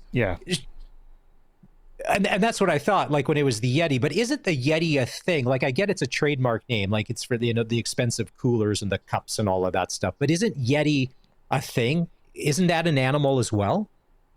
A mythical creature, yeah. But the trademark is, and apparently, like in the articles I've read, it's not just Yeti, the cooler company. There's other that trademarks that would infringe on it. But I imagine that's the biggest one. But basically, because they're the hockey team, they need the trademark approval to print Yeti on apparel and clothing and hats and all that stuff. And other trademarks already cover that, so there's too much infringement for them to be approved for this. So, which, again, if it's on coolers, that makes sense. And now, because the cooler brand's so big, I imagine they have shirts and hats already covered and stuff like that. So, in one of the articles I read, apparently they did talk with Yeti Coolers, the company, to see about a partnership. They don't have an existing partnership. They were trying to see if they can make something work, and it just didn't end up happening. So, yeah, got to go with something else. But if you're Yeti, the cooler company, because keep in mind, every glass in the building, like whether it be plastic or whatever, if it has Yeti on it or a fake looking Yeti, like that's 42 times. And then all the concerts, like all of that's unlimited branding that you would get to like infinity as long as the company and the team are around. It would be nonstop. Yeah, and I think that's part of like that in my head. I completely agree with you. Like that's a no-brainer. It's the same thing when the NHL was opening up their sponsorship, and you could be a jersey or a helmet sponsor, and this company that had Penguin in its name sponsored the Penguins helmets. I'm like, no-brainer. You do that because it makes sense, right? But yeah, I guess they just couldn't come to some kind of agreement, or they were worried one or the other might move on at some point, and then you have to unbrand everything, and that's awkward. And then, oh wait, now the trademark's getting involved, and we have to change the team name. So I think the divorce of that would be too messy for both of them to want to get married in the first place. That's just my uneducated guess, but. So have they said, is the team owner deciding, or are they letting the fans decide? Because if it's Utah vote. HC, okay, Mammoth or Wasatch. Yeah, it's the next 4 home games. There's screens in the arena. You go in, you pick your one, and apparently this may be the last vote, but it may also not be, depending on how it goes. So I guess if it's like a tie between all 3 of them, the owner will step in, make another executive decision, then go to another vote. Or if there's a clear favorite, they would just roll with that. But I think Mammoth is kind of the front runner right now. I've seen some design logos that people are getting excited about, of a mammoth with a hockey stick and an angry face, good old fashioned 2000 sports logo kind of thing. So Speaking of that, I think I have it somewhere in my app, in my photo folder. I will send you the Patrick Mahomes hot tub pics. Sorry, I forgot. Back in, I think it was in 2021, the Riders Obsidian Green logo popped up on the internet one day, and it wasn't up for very long, and they must have been putting it out for trademark. This is long before the Obsidian was launched, but it was out on the internet. I will find it and see if I can find the date on my phone of when I saw that one day. It showed up on Twitter, and then it wasn't there for long, and then it was gone, and then a couple of years later it comes to fruition. So when you're saying that there's logos floating around online, who knows? Maybe miraculously a designer with a private account put some designs out just to get the people thinking about what potentially could be a logo for the Utah. Don't put it past them. Maybe. We're 2 weeks away from the Four Seasons or the Four Nations Cup, and the lot of storylines going into this. Logan Thompson, the best goalie in the NHL, not part of Team Canada's roster. And to me, if you really want to win, I'm sorry, if a guy can be taken out for injury, or if he decides to pull out because he doesn't feel it, they should also be able to make changes to the roster just based on who's hot and who's not. That Logan Thompson should be one of the top 3 goalies, but he's not. Today, the captains were announced for the Four Nations Cup teams. This is not a surprise. You've got Crosby, you've got Matthews, you've got Barkov, and you've got Hedman. Not Corey Perry? Is any of that not Corey Perry? I don't know if the worm is making this roster. I do like Corey Perry. He's like Ric Flair. He's one of the dirtiest players in the game. And to be the man, you got to beat the man. Those names aren't shocking. Those are the obviouses. Yeah. As far as leaders of their teams. I think a lot of us got to see Alexander Barkov just with that cup run last year. Just really how good he is, because we don't see a lot of Florida hockey games. Just where we are. There's Sid. Yep. I know those guys. I know Biz from Spit and Chicklets is all over, and he still thinks that Sidney Crosby is going to get traded to Colorado to go on a cup run, which I wouldn't mind, because he could always re-sign in Pittsburgh. You can always go back. I feel like Sid's kind of put it out there that like he has like no intentions of leaving Pittsburgh. That's one of those situations too where who's this person you only remember in one jersey, and then you see them in the other jersey they were in for a season. You're just like, that's weird. No, can't do that. Yeah, like when Jerome McGinley went to Pittsburgh for like a season. No, he's a Calgary Flame for life, you know. Yeah, but Iginla was chasing a cup. Like, Sid's got cups. So if this Four Nations Cup thing will satisfy his winning, if they do end up winning it all in the place of a Stanley Cup, because if the Penguins do make the playoffs, who's to say that they wouldn't win? They probably won't. But if you're kind of okay with that, and maybe depending on where you are in your life, here's the thing. This Mikko Rantanen trade and the ripple effects all around it, because this goes to, and or even Arash touched on, different players getting paid money. Now, a lot of people are talking that Mikko Rantanen, and when we had Eric on, could possibly get on the open market $14 million. Potentially. And Colorado probably just didn't want to pay that much. But okay, Curtis and Colson, double C's, I will ask you this. A lot of people thought that paying Bobrovsky $10 million, they were crazy. But in the playoffs, is there nobody more important than your goalie? So that $10 million was the best $10 million. Okay? He is the most important guy, and he earned every penny of it last year, and they end up winning a Stanley Cup, as opposed to a $14 million winger that doesn't necessarily win you or lose you games. So they're willing to give all this money, and maybe this is more of a rant sticking up for goalies. They're willing to give all of this money to the other positions. But like you see Logan Thompson, best goalie in the NHL, signs a 6-year deal for $6 million. Now that's more money than we'll ever make. You know, that life-changing money. But in the scope of it all, Logan Thompson is the reason that the Washington Capitals are where they are in the standings, without a doubt. So he is your most valuable player. It's funny. But you don't kind of pay like that. It's kind of it's catch-22, because in an ideal world, you would have 0 shots on net. You know, you don't want the opposition pitting any on net, but you still need a guy in there that's solid when it eventually gets there. Because let's be real, when's the last time there's been a a game where there's been 0 shots on net in for the NHL? I don't know. Let's see. That's a good question. Okay. Yeah. Okay. Now, here's the thing. All right. What are the two things that have plagued the Carolina Hurricanes in recent memory and the Toronto Maple Leafs? Lack of goaltending in the playoffs when it matters most. Yeah. They had no problem paying all these forwards, and you don't have a goalie to save your life. And same thing with Carolina this year. Freddie Anderson's played 6 games, and he's never done anything in the playoffs. So you guys are willing. This is what I don't get. They're willing to shell all of this money.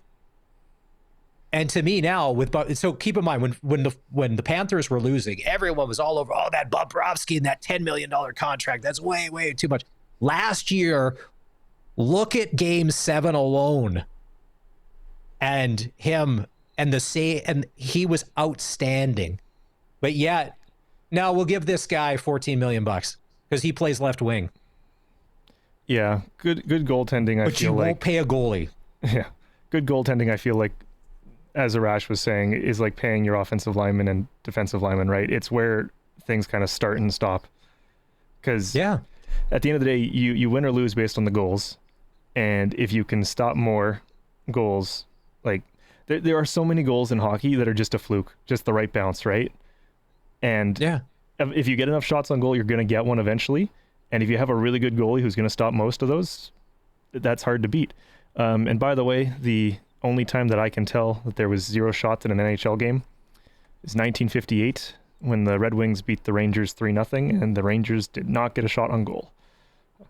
So it's been a minute since that happened. Different game now, but. Yeah. Well, like Arash was alluding to, 2 years ago, running backs were dime a dozen and they were not important. And if you're a running back, you were just not getting paid in the NFL. Where now the Derrick Henry and the Saquon Barkley has changed that conversation. It shows they've always been important, but whether they're in fate. So to me, for all of these teams, like they're talking Mitch Marner and his $14 million. And like, listen, for what Mitch has never done in the playoffs, he folds his tent. He's a regular season hockey player, but you'll gladly give him 13 or 14 million bucks, Brad Tree-Living, for 7 or 8 years, but you won't go out and pay a goalie that will win you a Stanley Cup. If they got rid of Mitch Marner and got themselves a goalie, they're in a far better position to win than with him.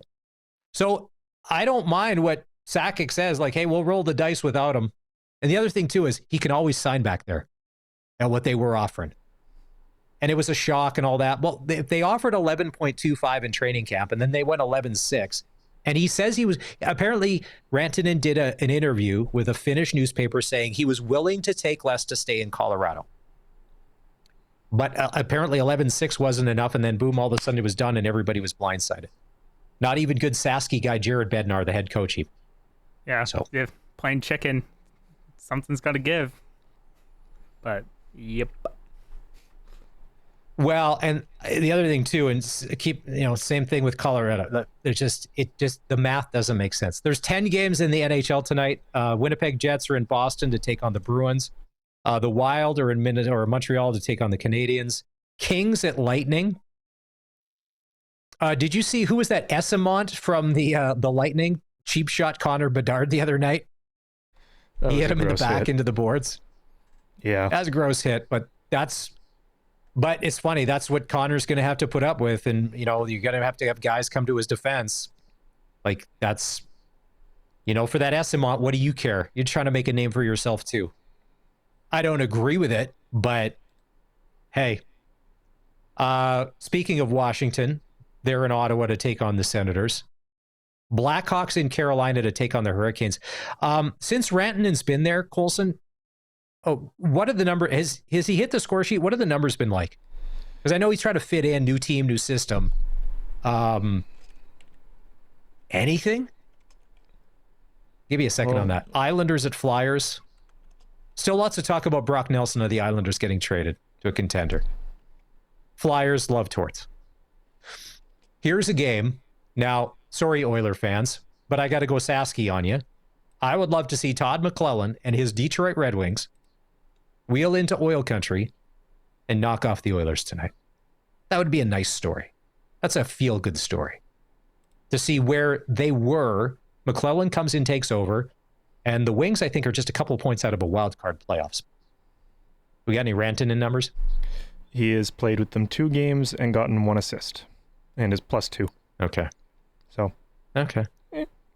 Gotta start somewhere. Well, no, and a lot of people said you should have taken that Colorado deal because you're playing with Nathan MacKinnon. There is no Nathan MacKinnon on the Carolina Hurricanes. Your numbers or your production may go down. Look at Jonathan Huberdeau. Without playing with Barkov and those guys, it's all about your surroundings. But you individualize that. Be like, wow, well, okay, but if he's not around a Nathan MacKinnon, a lot of us could probably get points if we played with Nathan MacKinnon. Yeah, I don't know about you, but I'm not that good at hockey, but yeah. You'd probably get the odd backdoor tap in, just a little garbage time. Maybe, or I'd be stuck in the net. Don't know if that's a better spot for me, but... How much would it suck to be an Anaheim Duck this year? The Ducks are in Calgary to take on the Flames. I don't think there's light at the end of the tunnel. Apparently everybody hates that coach. The Jackets are in Vegas to take on the Golden Knights. I like this Jacket story. But I like Vegas too. Can't not like Kelly McCrimmon and anything he does in his hockey team. And then the San Jose Sharks are in Seattle to take on the Kraken. All right, we're going to take a break. We come back. We'll talk a little Saskatchewan Roughrider hockey, as an addition to the roster has been announced for the Saskatchewan Roughrider Foundation Charity Classic this weekend in Saskatoon. Oh, and it's a familiar name that has lit the lamp many times. We'll do that next. It's the all-new SportsCage on 620 CKRM. The Saskatchewan Roughrider Foundation Winter Classic is back on Saturday. Merlish Belser Place in Saskatoon. Team Lothar taking on Team Getzlaff. Now, a couple of weeks ago, they announced that it's funny. When they announced these two players, I was like, Colson and Curtis, are we expecting some fireworks? Because it's going to be rough and tumble, because they added Luke Gazdick and Joey Koster to the lineup. Now, for my money, and I'm way older than you guys, growing up, watching the Saskatoon Blades, and a young Joey Koster and Wendell Clark and Kevin Kaminsky, all of those guys, some of the toughest guys to ever lace them up. And I'm sure that Stevie Yzerman could attest that when you have a Joey Koster on the bench, kind of watching over things, a lot of people stay in the proper places they're supposed to be. Because just the threat of a Joey Koster keeps a lot of people in line. Again, he's before my time, like you said, so name means nothing to me. No. Just Google a few Joe Koster fights, and you'll be like, you'll be like, wow, it's pound for pound. And he wasn't the biggest guy, but pound for pound, incredibly tough. Having a nickname like Bruce Bro should tell you enough. All right. More roster announcements to the Saskatchewan Roughrider Foundation Winter Classic team today. Mike Sillinger, former Regina Pat, has been added to the lineup. So if you go to Hockey DB, when he joined the Pats in 1987, 43 points in 67 games. Okay, whatever. Sure, not bad. Not a bad rookie year. Then in 88, 89 for the Pats, played 72 games, a full season, 131 points, including 53 goals. To go on next year, 89-90, played 70 games, 57 goals, 72 assists for 129 points. I'm thinking Silly's not playing a lot of defense on Saturday. All right? Get him the puck at the blue line and let him take it from there. Just watch out for Noah Zur unless he's on your team. Yeah, it might be a brick wall moment, you know. If you, what was 6'4", 330 pounds is what it was? Something like that, 6'6", 330. Yeah, I know. On skates. That's the thing everyone forgets. But on skates, I know, but here's the thing. Sillinger played at a time when the NHL was full of monsters, and there wasn't the rules that they have now, but the clutching, grabbing, holding. You had to fight for every inch out there. So there's still tickets available. It should be a lot of fun. You can just go to the Rider website, riderville.com, and you can get the links from there. Oh, and head coach Kean Schaefer-Baker was on the show with you guys yesterday. And if you want to watch the podcast, you can just go to sportscage.com. Are any of you guys worthy? Like, I know Barney's played hockey. Are either of you guys worthy for an invite to this hockey game to be suiting up on either a Joe or Schaefer-Baker's team? Or is it a good thing that the Sports Cage pride is not on the line this weekend with you guys suiting up? Absolutely and bringing not. shame to the brand. You know what? I wasn't very much of a hockey guy. I somehow got convinced by all my friends at school to sign up for like the kind of like rec hockey. And it was all my friends that are like buddies that are like, oh, we want to be like sports broadcasters, you know. They all laced them up when they were younger. Not very good. I earned myself a pretty good nickname. It was Bambi on Ice. So, you know. Nice. All right. Well, I am no better. Hey, Bambi on Ice. Hold that thought right there. It's time to take a break. News, and then we'll be back. Glen Suitor's coming up in moments. We're going to talk CFL free agents. It's the all-new Sports Cage. Streaming at sportscage.com and on the radio at 620 CKRM.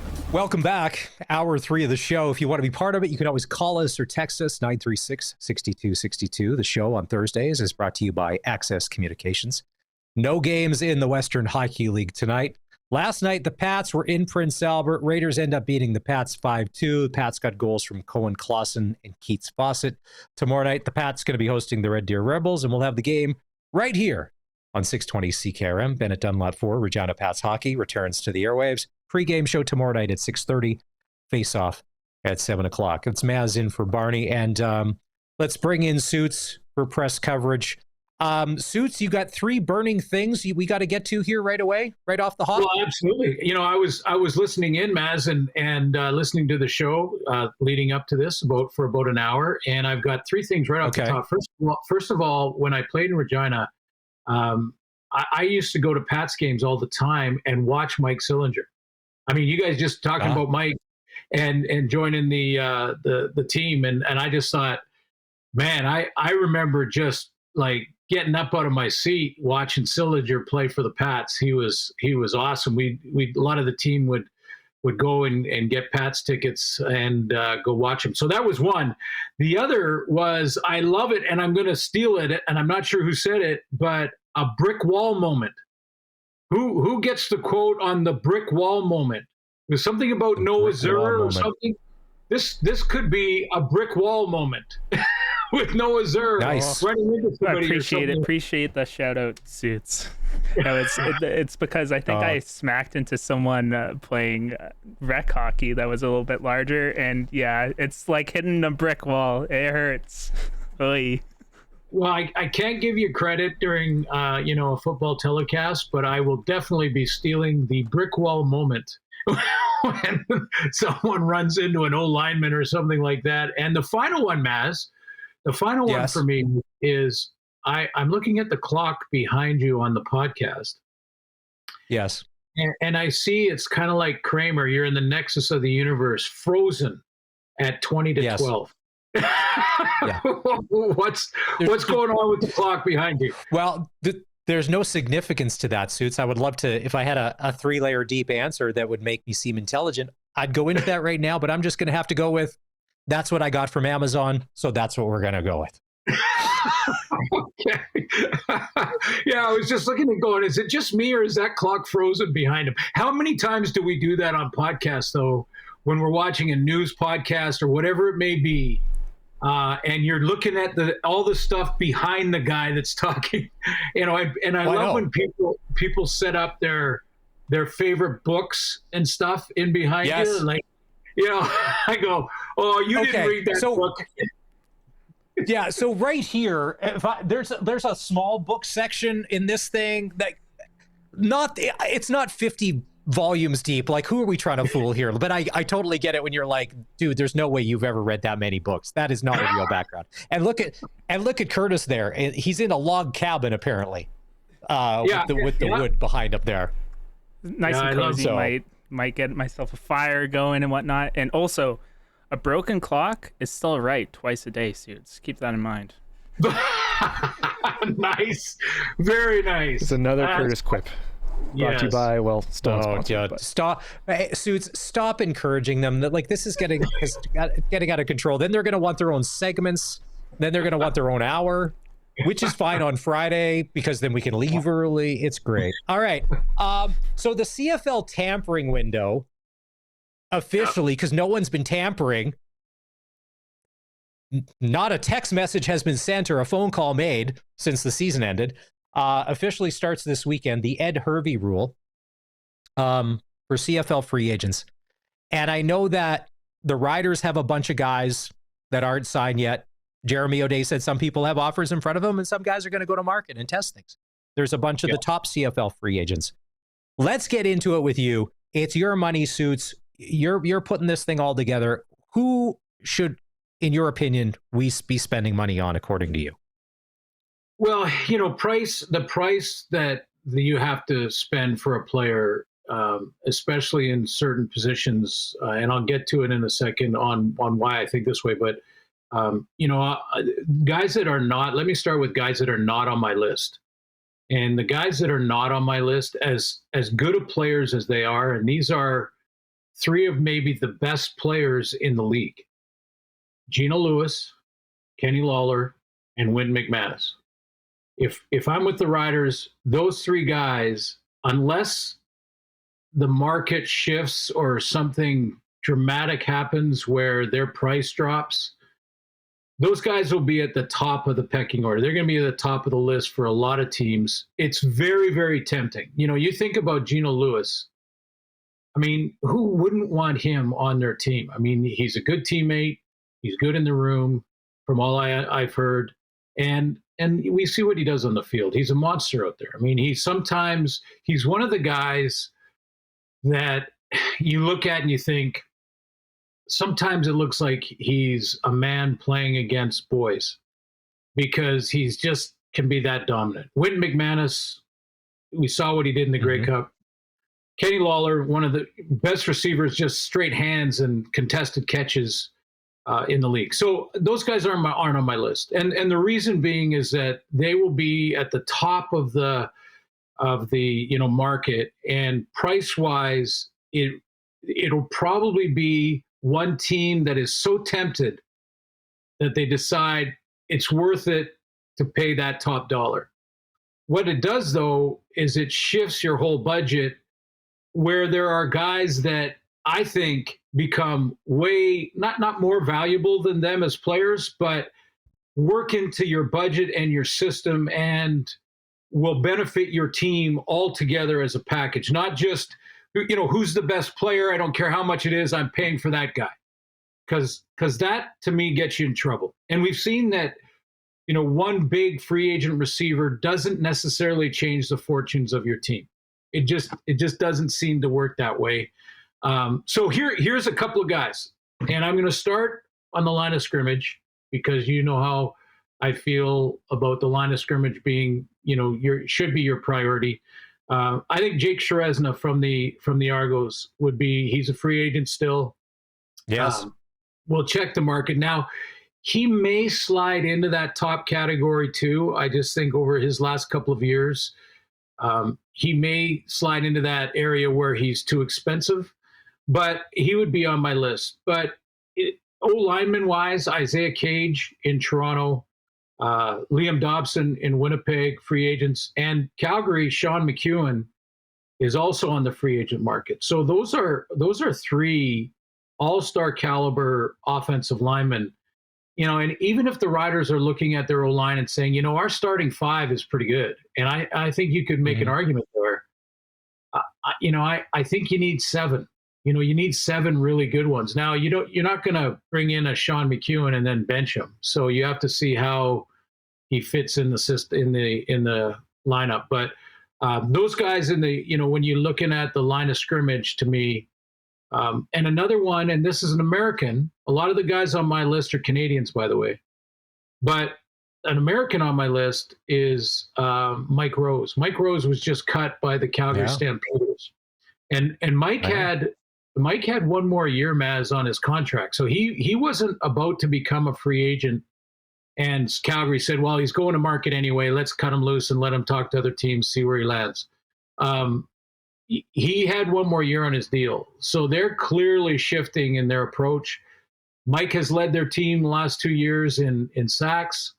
And, I can see why Dave Dickinson probably parted with him, because I don't think his back half of the season was up to his own standards. I mean, he would be the only guy that could answer that. But having said that, I look at it and think it wasn't his standard in the back half, but a new team to prove a point, that chip on your shoulder, all of those things would kick in for Mike Rose. I think that shift and that change of, area code would be good for him. So Mike Rose and James Vaughters both released on Monday, and on the show on Monday, I said, hey, I like both those guys. Vaughters came, then left and went back to the NFL, then came back again. To me, I've always liked them as players. Calgary has had a knack, though. They've been very good, much like Belichick, the Wally Buono era.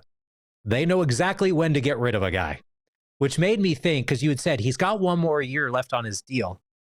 Calgary's got enough turmoil and change going on. I'm like, okay, well, what's up with Mike Rose if they're letting him go? Because keep in mind, if he came to Saskatchewan, I agree, there's enough surrounding pieces, he could just fit right in and get back to form. Because it seemed like last year he was just trying to do too much to cover for all the other problems that they had. And maybe that's why it didn't work. That's my only question about Mike Rose. I would take him. I really like what he does. He played under Mace. They would know each other. So that's intriguing. Yeah, and they would know each other. And the other thing is that Corey Mace can answer a lot of the questions that you have about Mike Rose by watching the video. He can watch the second half of the season, and then don't judge him just on those 6 or 7, 8 games. Don't judge him just on those 8 games. Judge him on his whole body of work, and then determine whether or not this is a getting older thing, or did the play drop off because, as you mentioned, he was trying to do too much, trying to take 3 gaps in the O-line rather than just his own gap, those kind of things. And that's what got him in trouble at times. But the production kind of has dropped off, and Corey Mace can answer a lot of those questions by looking at the video. He knows him well, so he knows what kind of guy he is. Every time I talk to him on Zoom, he seems like a great teammate. He's a bit of a character, which sometimes you need in a locker room, that guy that has a lot of fun and, messes with people. But, I would definitely talk to him. I would definitely kick the tires on him. He's a very skilled D lineman that you could play both inside and out. So I like him. A couple other guys, Tyrell Ford in Winnipeg. Game changer, ratio changer, just so good and getting better. All-Star, and we're just scratching the surface. And passport aside, yes, he would be ideal. And most of my guys on my list are Canadians. He would be ideal in that regard. If you're gonna sign a free agent and maybe pay a little more than you want to get that free agent, I think that's a safer bet than trying to find a young college Canadian, DB or receiver, whatever it may be. It's less of a risk to find DeMonte Coxey or an Ontario Wilson, who is a rookie that makes an impact in his rookie season. Remember Dalton Schoen in his first year in Winnipeg, rookie. Statistically, when you look at his measurables like 40 and things like that, you're not going to be overly blown away by him. But what a great receiver. He fit into our league. He figured it out and just made a huge impact his rookie year. I think your chances as a GM and coach of finding a young, rookie, hungry American receiver or DB or linebacker, maybe even offensive tackles, it's much less of a risk because of the sheer numbers. The sheer numbers in the States with all the guys that are coming out of colleges. So, if you're going to go into the free agent market, to me, it's guys like this. It's Tunde Adeleke. It's Royce Metier. Yeah. Those 2 guys could be your safety for the next decade. Yeah. That takes a receiver. Both of those guys can cover man-to-man, so you can blitz with them and move them down. Both of them have great range, and both are Canadian. That's a biggie. Tyrell Ford, as we mentioned. Robbie Smith is an interesting one to me too in Toronto. Again, probably not on a lot of lists, but has become more than just a consistent Canadian defensive lineman. He's a guy that can make an impact and did in the Grey Cup when Toronto won, when it was played in Saskatchewan. If you remember, it was Robbie Smith. He got a penalty and then blocked a kick that determine the outcome. So I mentioned the offensive linemen, most of which were Canadian, except for Isaiah Cage. The other guy I might kick the tires on, and we've talked about this, Barney and I did, Maz, I'd be interested in your idea too here. Adam Bighill wants to keep playing. Now, Jameer Thurman is the starting linebacker in Saskatchewan, and Jameer Thurman provides the leadership necessary. But I told a story about Nick Hebler back in '87 when he joined our locker room. And I think Adam Bighill would be that kind of guy. You can still have Jameer as a leader on your defense. Adam won't step on his toes. But Adam knows the caramel secret with why Winnipeg has been to the Grey Cup 5 straight years. So it'll be interesting to talk to him. Suits? Okay. As a crazed Rider fan who runs on a lot of emotion and not a lot of logic, that's 90% of the people that are listening and watching. The Andrew Harris becoming our running back coach, I needed about 36 hours to completely take in and kind of be okay. Now, keep in mind, Harris hasn't played. He's a year and some removed. It's a coach. It's a thing. That may be a lot to ask for us to kind of absorb an Adam Bighill announcement at this time. Where, hey, don't get me wrong. Love the guy. Just there's not enough time of him not being a Bomber. And he wrecked us for a lot of years. Okay. Like, keep in mind, like, if it was somebody else, like if you're like, oh, it's this guy from Ottawa. Okay, fine. No emotions attached. A lot of us may have a tough time swallowing an Adam Bighill one. Well, Andrew Harris. Andrew Harris, Maz, as you mentioned, is going to make a big impact and a similar impact that an Adam Bighill would, except for Adam could be on the field helping you too. And yes. Football ability wise, this is just emotions and us getting over ourselves to be like, he was the enemy. He was one of the most hated enemies on the Bombers. Who there's a lot of stuff going around online, and not a lot of people are feeling sorry if the Bombers get like lit up here in free agency and lose some guys because the dynasty is kind of falling apart. Like, they get rid of Wolotarski this week. They've cut Adam Bighill. Is Dalton Schoen going to resign? People are saying, well, Schoen's going to sign with the Riders. There's a lot of change there. And Jeremy O'Day in his comments that, Dave had earlier says with all these 1-year contracts, you can change your team in a year because you can make over your roster in a big way. You can. And there's two receivers, by the way, on my list that I've maybe buried the headline. Justin McInnes is a free agent, and Justin McInnes is a Canadian. And again, if you're going to pay a little extra for a receiver, I think it's less of a risk to find a rookie young receiver down south and bring in as a free agent and pay a little bit more for a established all-star Canadian receiver like Justin McInnes. That to me is the better way to go. Dalton Schoen is also on my list, but he would easily be in the category of Kenny Lawler and Geno Lewis, except for his injury situation.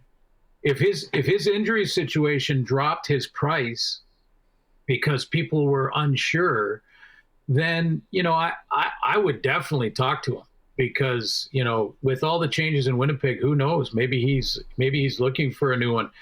And I have a couple of wild card ones. One is Reggie White in Montreal, big target, and just sort of was late in the season there, but I was intrigued by his abilities. And Janarian Grant, the returner in Toronto, and there were two reasons for Janarian Grant. One, the player, awesome. Now Mario Alford is going to become a free agent, so I think the organization should be, just to cover their base, should be talking to Janarian Grant in this window and saying, hey, what would it take?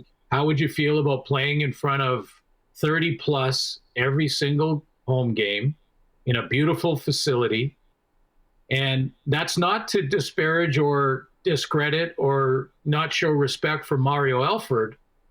But if he becomes a free agent and is testing the market, well, okay, that's fine. You can test the market, but we're also going to test as an organization the market on another top-end returner. And Janarin Grant is certainly that. When we were talking about Big Hill, I thought of the very amusing situation of if Big Hill comes here, that'll be Adam Big Hill, Solomon Elimimian, and G-Roy Simon, who are all in their prime with BC and who all would probably retire with the Riders. And I'm like, that'd be a fun trio to have around our Ring of Honor, right? So that is, it's a great point. I mean, it is a great point because look what G-Roy did in the Grey Cup year. The Grey Cup year in 13, G-Roy Simon, the story is fantastic. And one day have G-Roy on the show and have him tell the story. But he goes in the huddle and tells Darian, well, you guys talk to Darian on a weekly basis, so ask Darian about it. And what G-Roy said when he came back in the huddle during the game and said, I got him on a corner or whatever it was, and he just blew off whatever play they were going to run and trusted G-Roy Simon, and he was a huge contributor in their Grey Cup year. So that's what I mean about an Adam Big Hill. It's a great point. And Barron Simpson had a lot of football left in him too. You know, and sometimes when you change, and Adam's been very cordial and professional in talking about how the Bombers are going in a different direction. But you know, in his heart, in his soul, to the core of him, he wants to show that whole organization that he's got more football left in him. Nice. I'll just quickly run through some of the names here. You touched on that. The Rider free agents. Now, there may be offers in front of them. There may not be. Christian Albright, Mario Alford, Adam O'Clair, Canadian linebacker, had a great second half of the season. It was a bit of a game. He was a bit of a game changer there. Is that a guy that you think we should try and bring back, Suits? Yes. Yes. Okay. Philip Blake, often injured and up there in age. If they move on from him, are you shocked? No. See what the market brings, and there are other O-linemen. Again, that's the Janarin Grant discussion. There are other top-end O-linemen that will become available in free agency that you could say, you know, we want you back, Philip, but we could also sign this O-lineman from Calgary or wherever at a little bit less. So, you know, that's where the market will help you make that decision. On the D-line, Miles Brown and Brian Cox. Both had good years last year. I like them both. Again, I think you can wait and see where they kind of land. I know Micah Johnson, I think, is still out there, and so is Anthony Lanier. And Anthony Lanier. Yeah. So with Lanier and Miles Brown, if I'm in Jeremy O'Day's shoes, I probably want at least one of those guys back.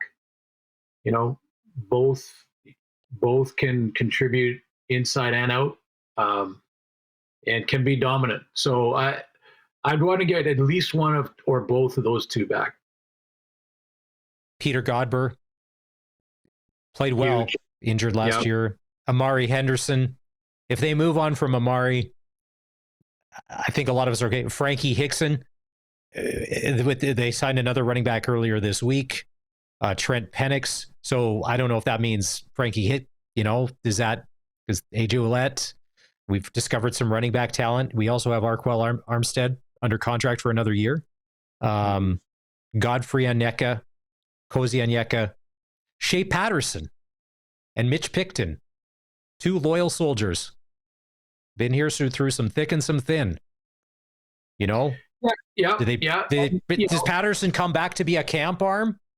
Because is Mayer going to be anointed number 2, or is this a legitimate dogfight where everything is open?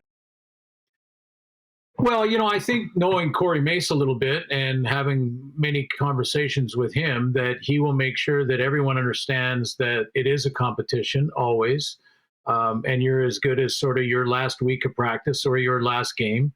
And that's just pro football. That's not one approach different than another. That should be what it's always about. Competition will bring the best out of everybody, always, and the guys know that. But you make a great point on Shea Patterson.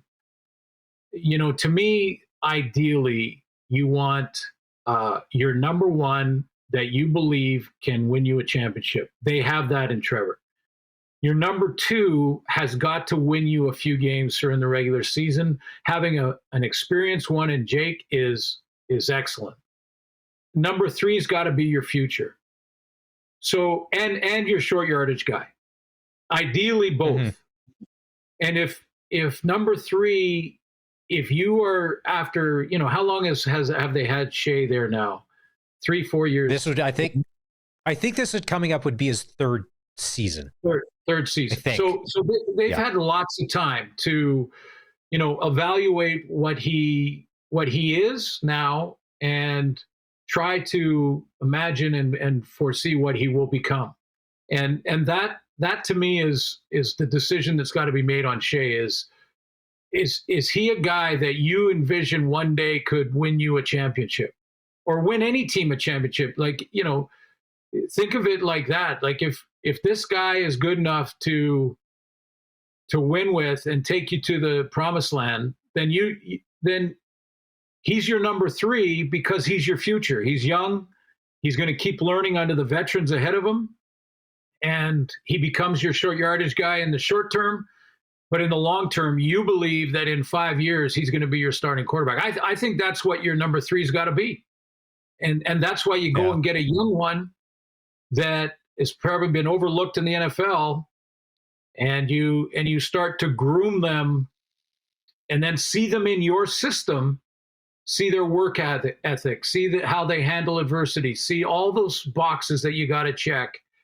And if you're checking them all and you got your future guy, then absolutely you get him signed back. All right. And then we'll end on this. I think a lot of us that are Rider fans, and it's not just because it's a homegrown thing, but every time Mitch Picton's ever been put in a football game, all he does is what he's supposed to do. Catch balls, block, do the right thing proper. But I think a lot of us think he's never been given fully the opportunity to, have that starting role and really make a name for himself or a career out of it. And then he got hurt last year and stuff, and now he's a free agent. To me, I just really like him because he's dependable. He reminds me of the Bags and the Dresslers and all of these guys of the past, these slot backs that have come in that have just always been a safety blanket and been dependable. But for whatever reason, has just never, ever got his shot, in my opinion. Yeah. I hope if he does come back to the Riders, I hope that his role going forward is bigger than it has been in the past. I agree with you. And I in talking to the quarterbacks, and that the Riders went through some injuries. So we did see Shea Patterson play. We did see, the backups come in. But when I talked to them about Picton, they all had so much confidence in him. Like he was sort of their rock. It was like this, when they talked about Picton, and it was like, well, it was time for the Picton play kind of thing. Like it was third down. I needed to throw to a guy that I believed in, and I hit Picton and we got the first down. It was that kind of discussion. Mm-hmm. So I hear you on that, and getting that opportunity is a big part of it. The other part with Picton is when you're in year 4, that's really, especially for an offensive guy, I think, when you're in year 4, you're really coming into your own as a Canadian. You've gone through the first couple of years, which is like standing in the middle of a freeway. Then you start to really gain some momentum and show what you can do. And then in year 4, you're a 1,000-yard receiver. And that's the question. I mean, if they go after Justin McInnis and get him, how does that change everything? But if Picton is available, they look at the market, probably a little hometown discount, right? Mm-hmm. Yeah. if you can work it, and work on some stuff outside of the game, which I'm sure Picton does a ton of anyway. But I agree with you, Maz. There's a lot of guys like that sometimes if you put him in the prime spot in the slot, he'd be a 1,000-yard receiver, but he just doesn't get that opportunity. All right. As always, Suits, we love it. Go Next do some time. tampering before Sunday. Go be that guy, that disruptor. Go tamper. Go do your thing before Sunday. And there's no commissioner in the league right now, Suits. Nothing bad can happen to you. Yeah, that's right. That's a great point. You can tamper all you want. There is no commissioner. You know what I'm going to do though. The next time I see you at Memories Restaurant, I'm bringing you batteries for that clock over your shoulder because we got to put some batteries in that baby. Hey, as one of the double C's said, a broken clock is right twice a day. The rest of this show, not often is it ever. All right, well, we're going to take a break. When we come back, there's some local hockey on the scene tonight. And speaking of the Riders, Jeremy O'Day spoke earlier today. A press conference all about free agency. And before the end of the show, we'll get you a full and complete Dave Thomas, Jeremy O'Day interview. It is the all-new Sports Cage. We're streaming online on our YouTube channel at sportscage.com and on the radio at 620 CKRM. The Saskatchewan Junior Hockey League has been off for the past couple of days because of the MJHL SJHL showcase. You can find out how that all turned out if you go to sportscage.com. We've got the latest there, and you can also sign up for the daily sports updates that will show up in your inbox every day. The Saskatchewan Junior Hockey League dominating the first couple days of the showcase, and then the MJ came back in a big way. No games tonight. There's 3 games tomorrow. Weyburn at Estevan, Notre Dame at Yorkton, Humboldt at the Battlefords. And still the story of the Saskatchewan Junior Hockey League is the Flin Flon Bombers. They've been on an incredible heater lately. They're 22-0-2-1 in their past 25 games. They haven't lost in regulation in 25 games. So they're making a whole mess of the Sherwood division because Melfort was out in front for so long with such a big lead. Melfort's lead is just 4 points. First place, Mustangs, 64 points. Bombers, second place with 60 points. As they get going again tomorrow, the Viterra division standings, Weyburn in first place with 54 points. Yorkton in second with 47. And in the Nutrien division, Battleford's in first place with 45 points. Kindersley in second with 42. Jerome Maharaj, your leading scorer for the Wings, 50 points, 11 goals. He's an assist guy, 11 goals and 39 assists. All right, on the local front tonight, what do we got? 2 games tonight, Saskatchewan Midget AAA, Notre Dame Hounds at the Saskatoon Blazers, and then the Pat Canadians are on the road in Saskatoon to take on the Contacts. Barney was mentioning the other night, he could have, once again, things I need to clarify that guys, help me out. Barney said he may have to end up playing the music at the Pat Canadians game the other night at the Cooperators. Did that happen either? Because we know he didn't do yoga. Did he have to be the DJ at the hockey game? Was he pumping tunes? I guess we'll find out tomorrow. I haven't heard anything. Yeah, I think there's a lot of false information. By time Monday's show to Thursday's show, a lot of false information I think gets transmitted. Or is that disinformation? Or is it misinformation? Misinformation. Yeah, misinformation. Okay, right? You guys are of the age. You guys are of the age where you hide behind words like that. So I just want to make sure I don't. Being old, I want to make sure that I get it. I'm using it in the right setting. You could always pull out a thesaurus or a dictionary. I think it's misinformation until you prove it's false, and then it's fake news. No, you got to put hashtag fake news in front of that. Prairie Junior Hockey League, 1 game tonight. The Regina Silver Foxes, they're in Fort Capel to play Fort Knox. Saskatoon Royals are leading the Bob Dybvig division with 26 wins and 54 points.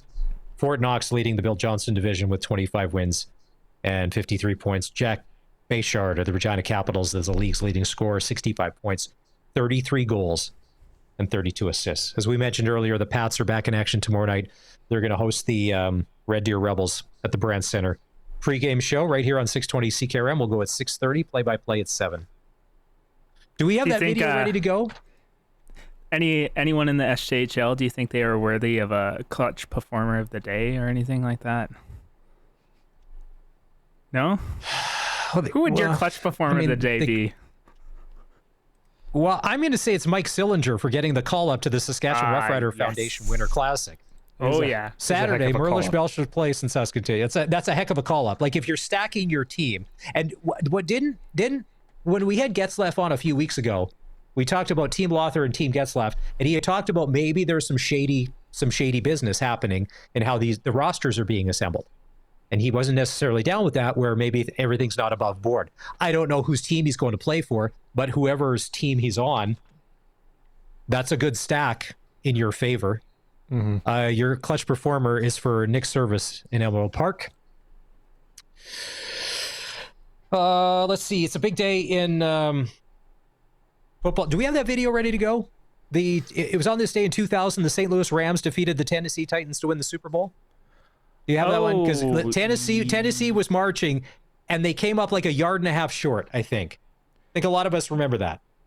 Well, if you're of a certain age. Yes, I think I have that. You got to give me a second. That? Yeah.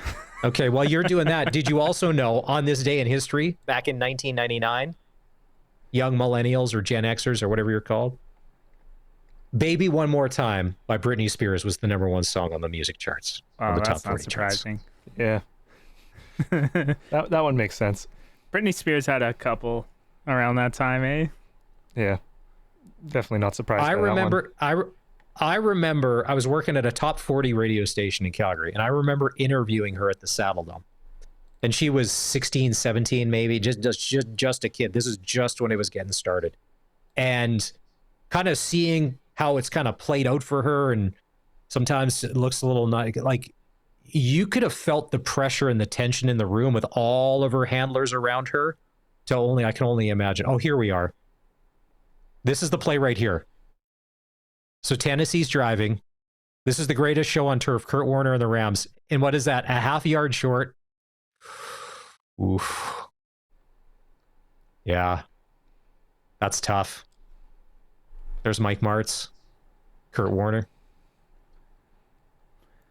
Yeah. I always enjoy our history moment because I feel like I learn something new every day on the Sports Cage. Sometimes it's useful, sometimes it's not. I don't know, but always something new. All of a sudden you've connected the dots that Kurt Warner, who's on the NFL Network, was a Super Bowl winning quarterback because you played some clip of him one day on the show. You're like, hey, that guy actually played football. Piece it all together one way or another, you know? It's like you got little pieces here and there. You're like, oh, and then suddenly it clicks, you know, like you could see everything like spinning around the room. You're like, whoosh, whoosh, and then suddenly the NFL makes sense to me. Thank you. Also on this day back in 1994, the Dallas Cowboys beat the Buffalo Bills. I think I'm just trying to remember if that was one of the wide rights or the wide left situations, or was that just a dominant win? I don't know. You tell me. You're the one supposed to be teaching me around. No, teaching the young. Okay, teaching the youth. So I would put that out there. Hey, Sharky. Hey, Luke. Or hey, Darian, if you're listening. Back in 1994, when the Cowboys were good and they beat the Buffalo Bills, well, what kind of Super Bowl was that? Because that's the only thing you're living on these days, Cowboys fans, is distant memories. 30 years since you've been in a championship game under the Jerry World Watch. Just really rubbing the salt in the wounds, eh? I like the Cowboys. 13, when the Cowboys are winning, it's easy to get on the bandwagon when the Cowboys are winning. The internet is the best when the Cowboys win and when they lose. Internet's undefeated. As always. Okay, so we promised this to you. Jeremy O'Day, there was a press conference earlier at Mosaic Stadium talking all about free agency and some of the strategy that the Riders may be employing as we head into the tampering window, which will start Sunday in the CFL. Dave Thomas had a chance to sit down with him. We'll get to that next. You're watching the all-new Sports Cage on our stream at sportscage.com, and the Sports Cage is on the radio at 620 CKRM.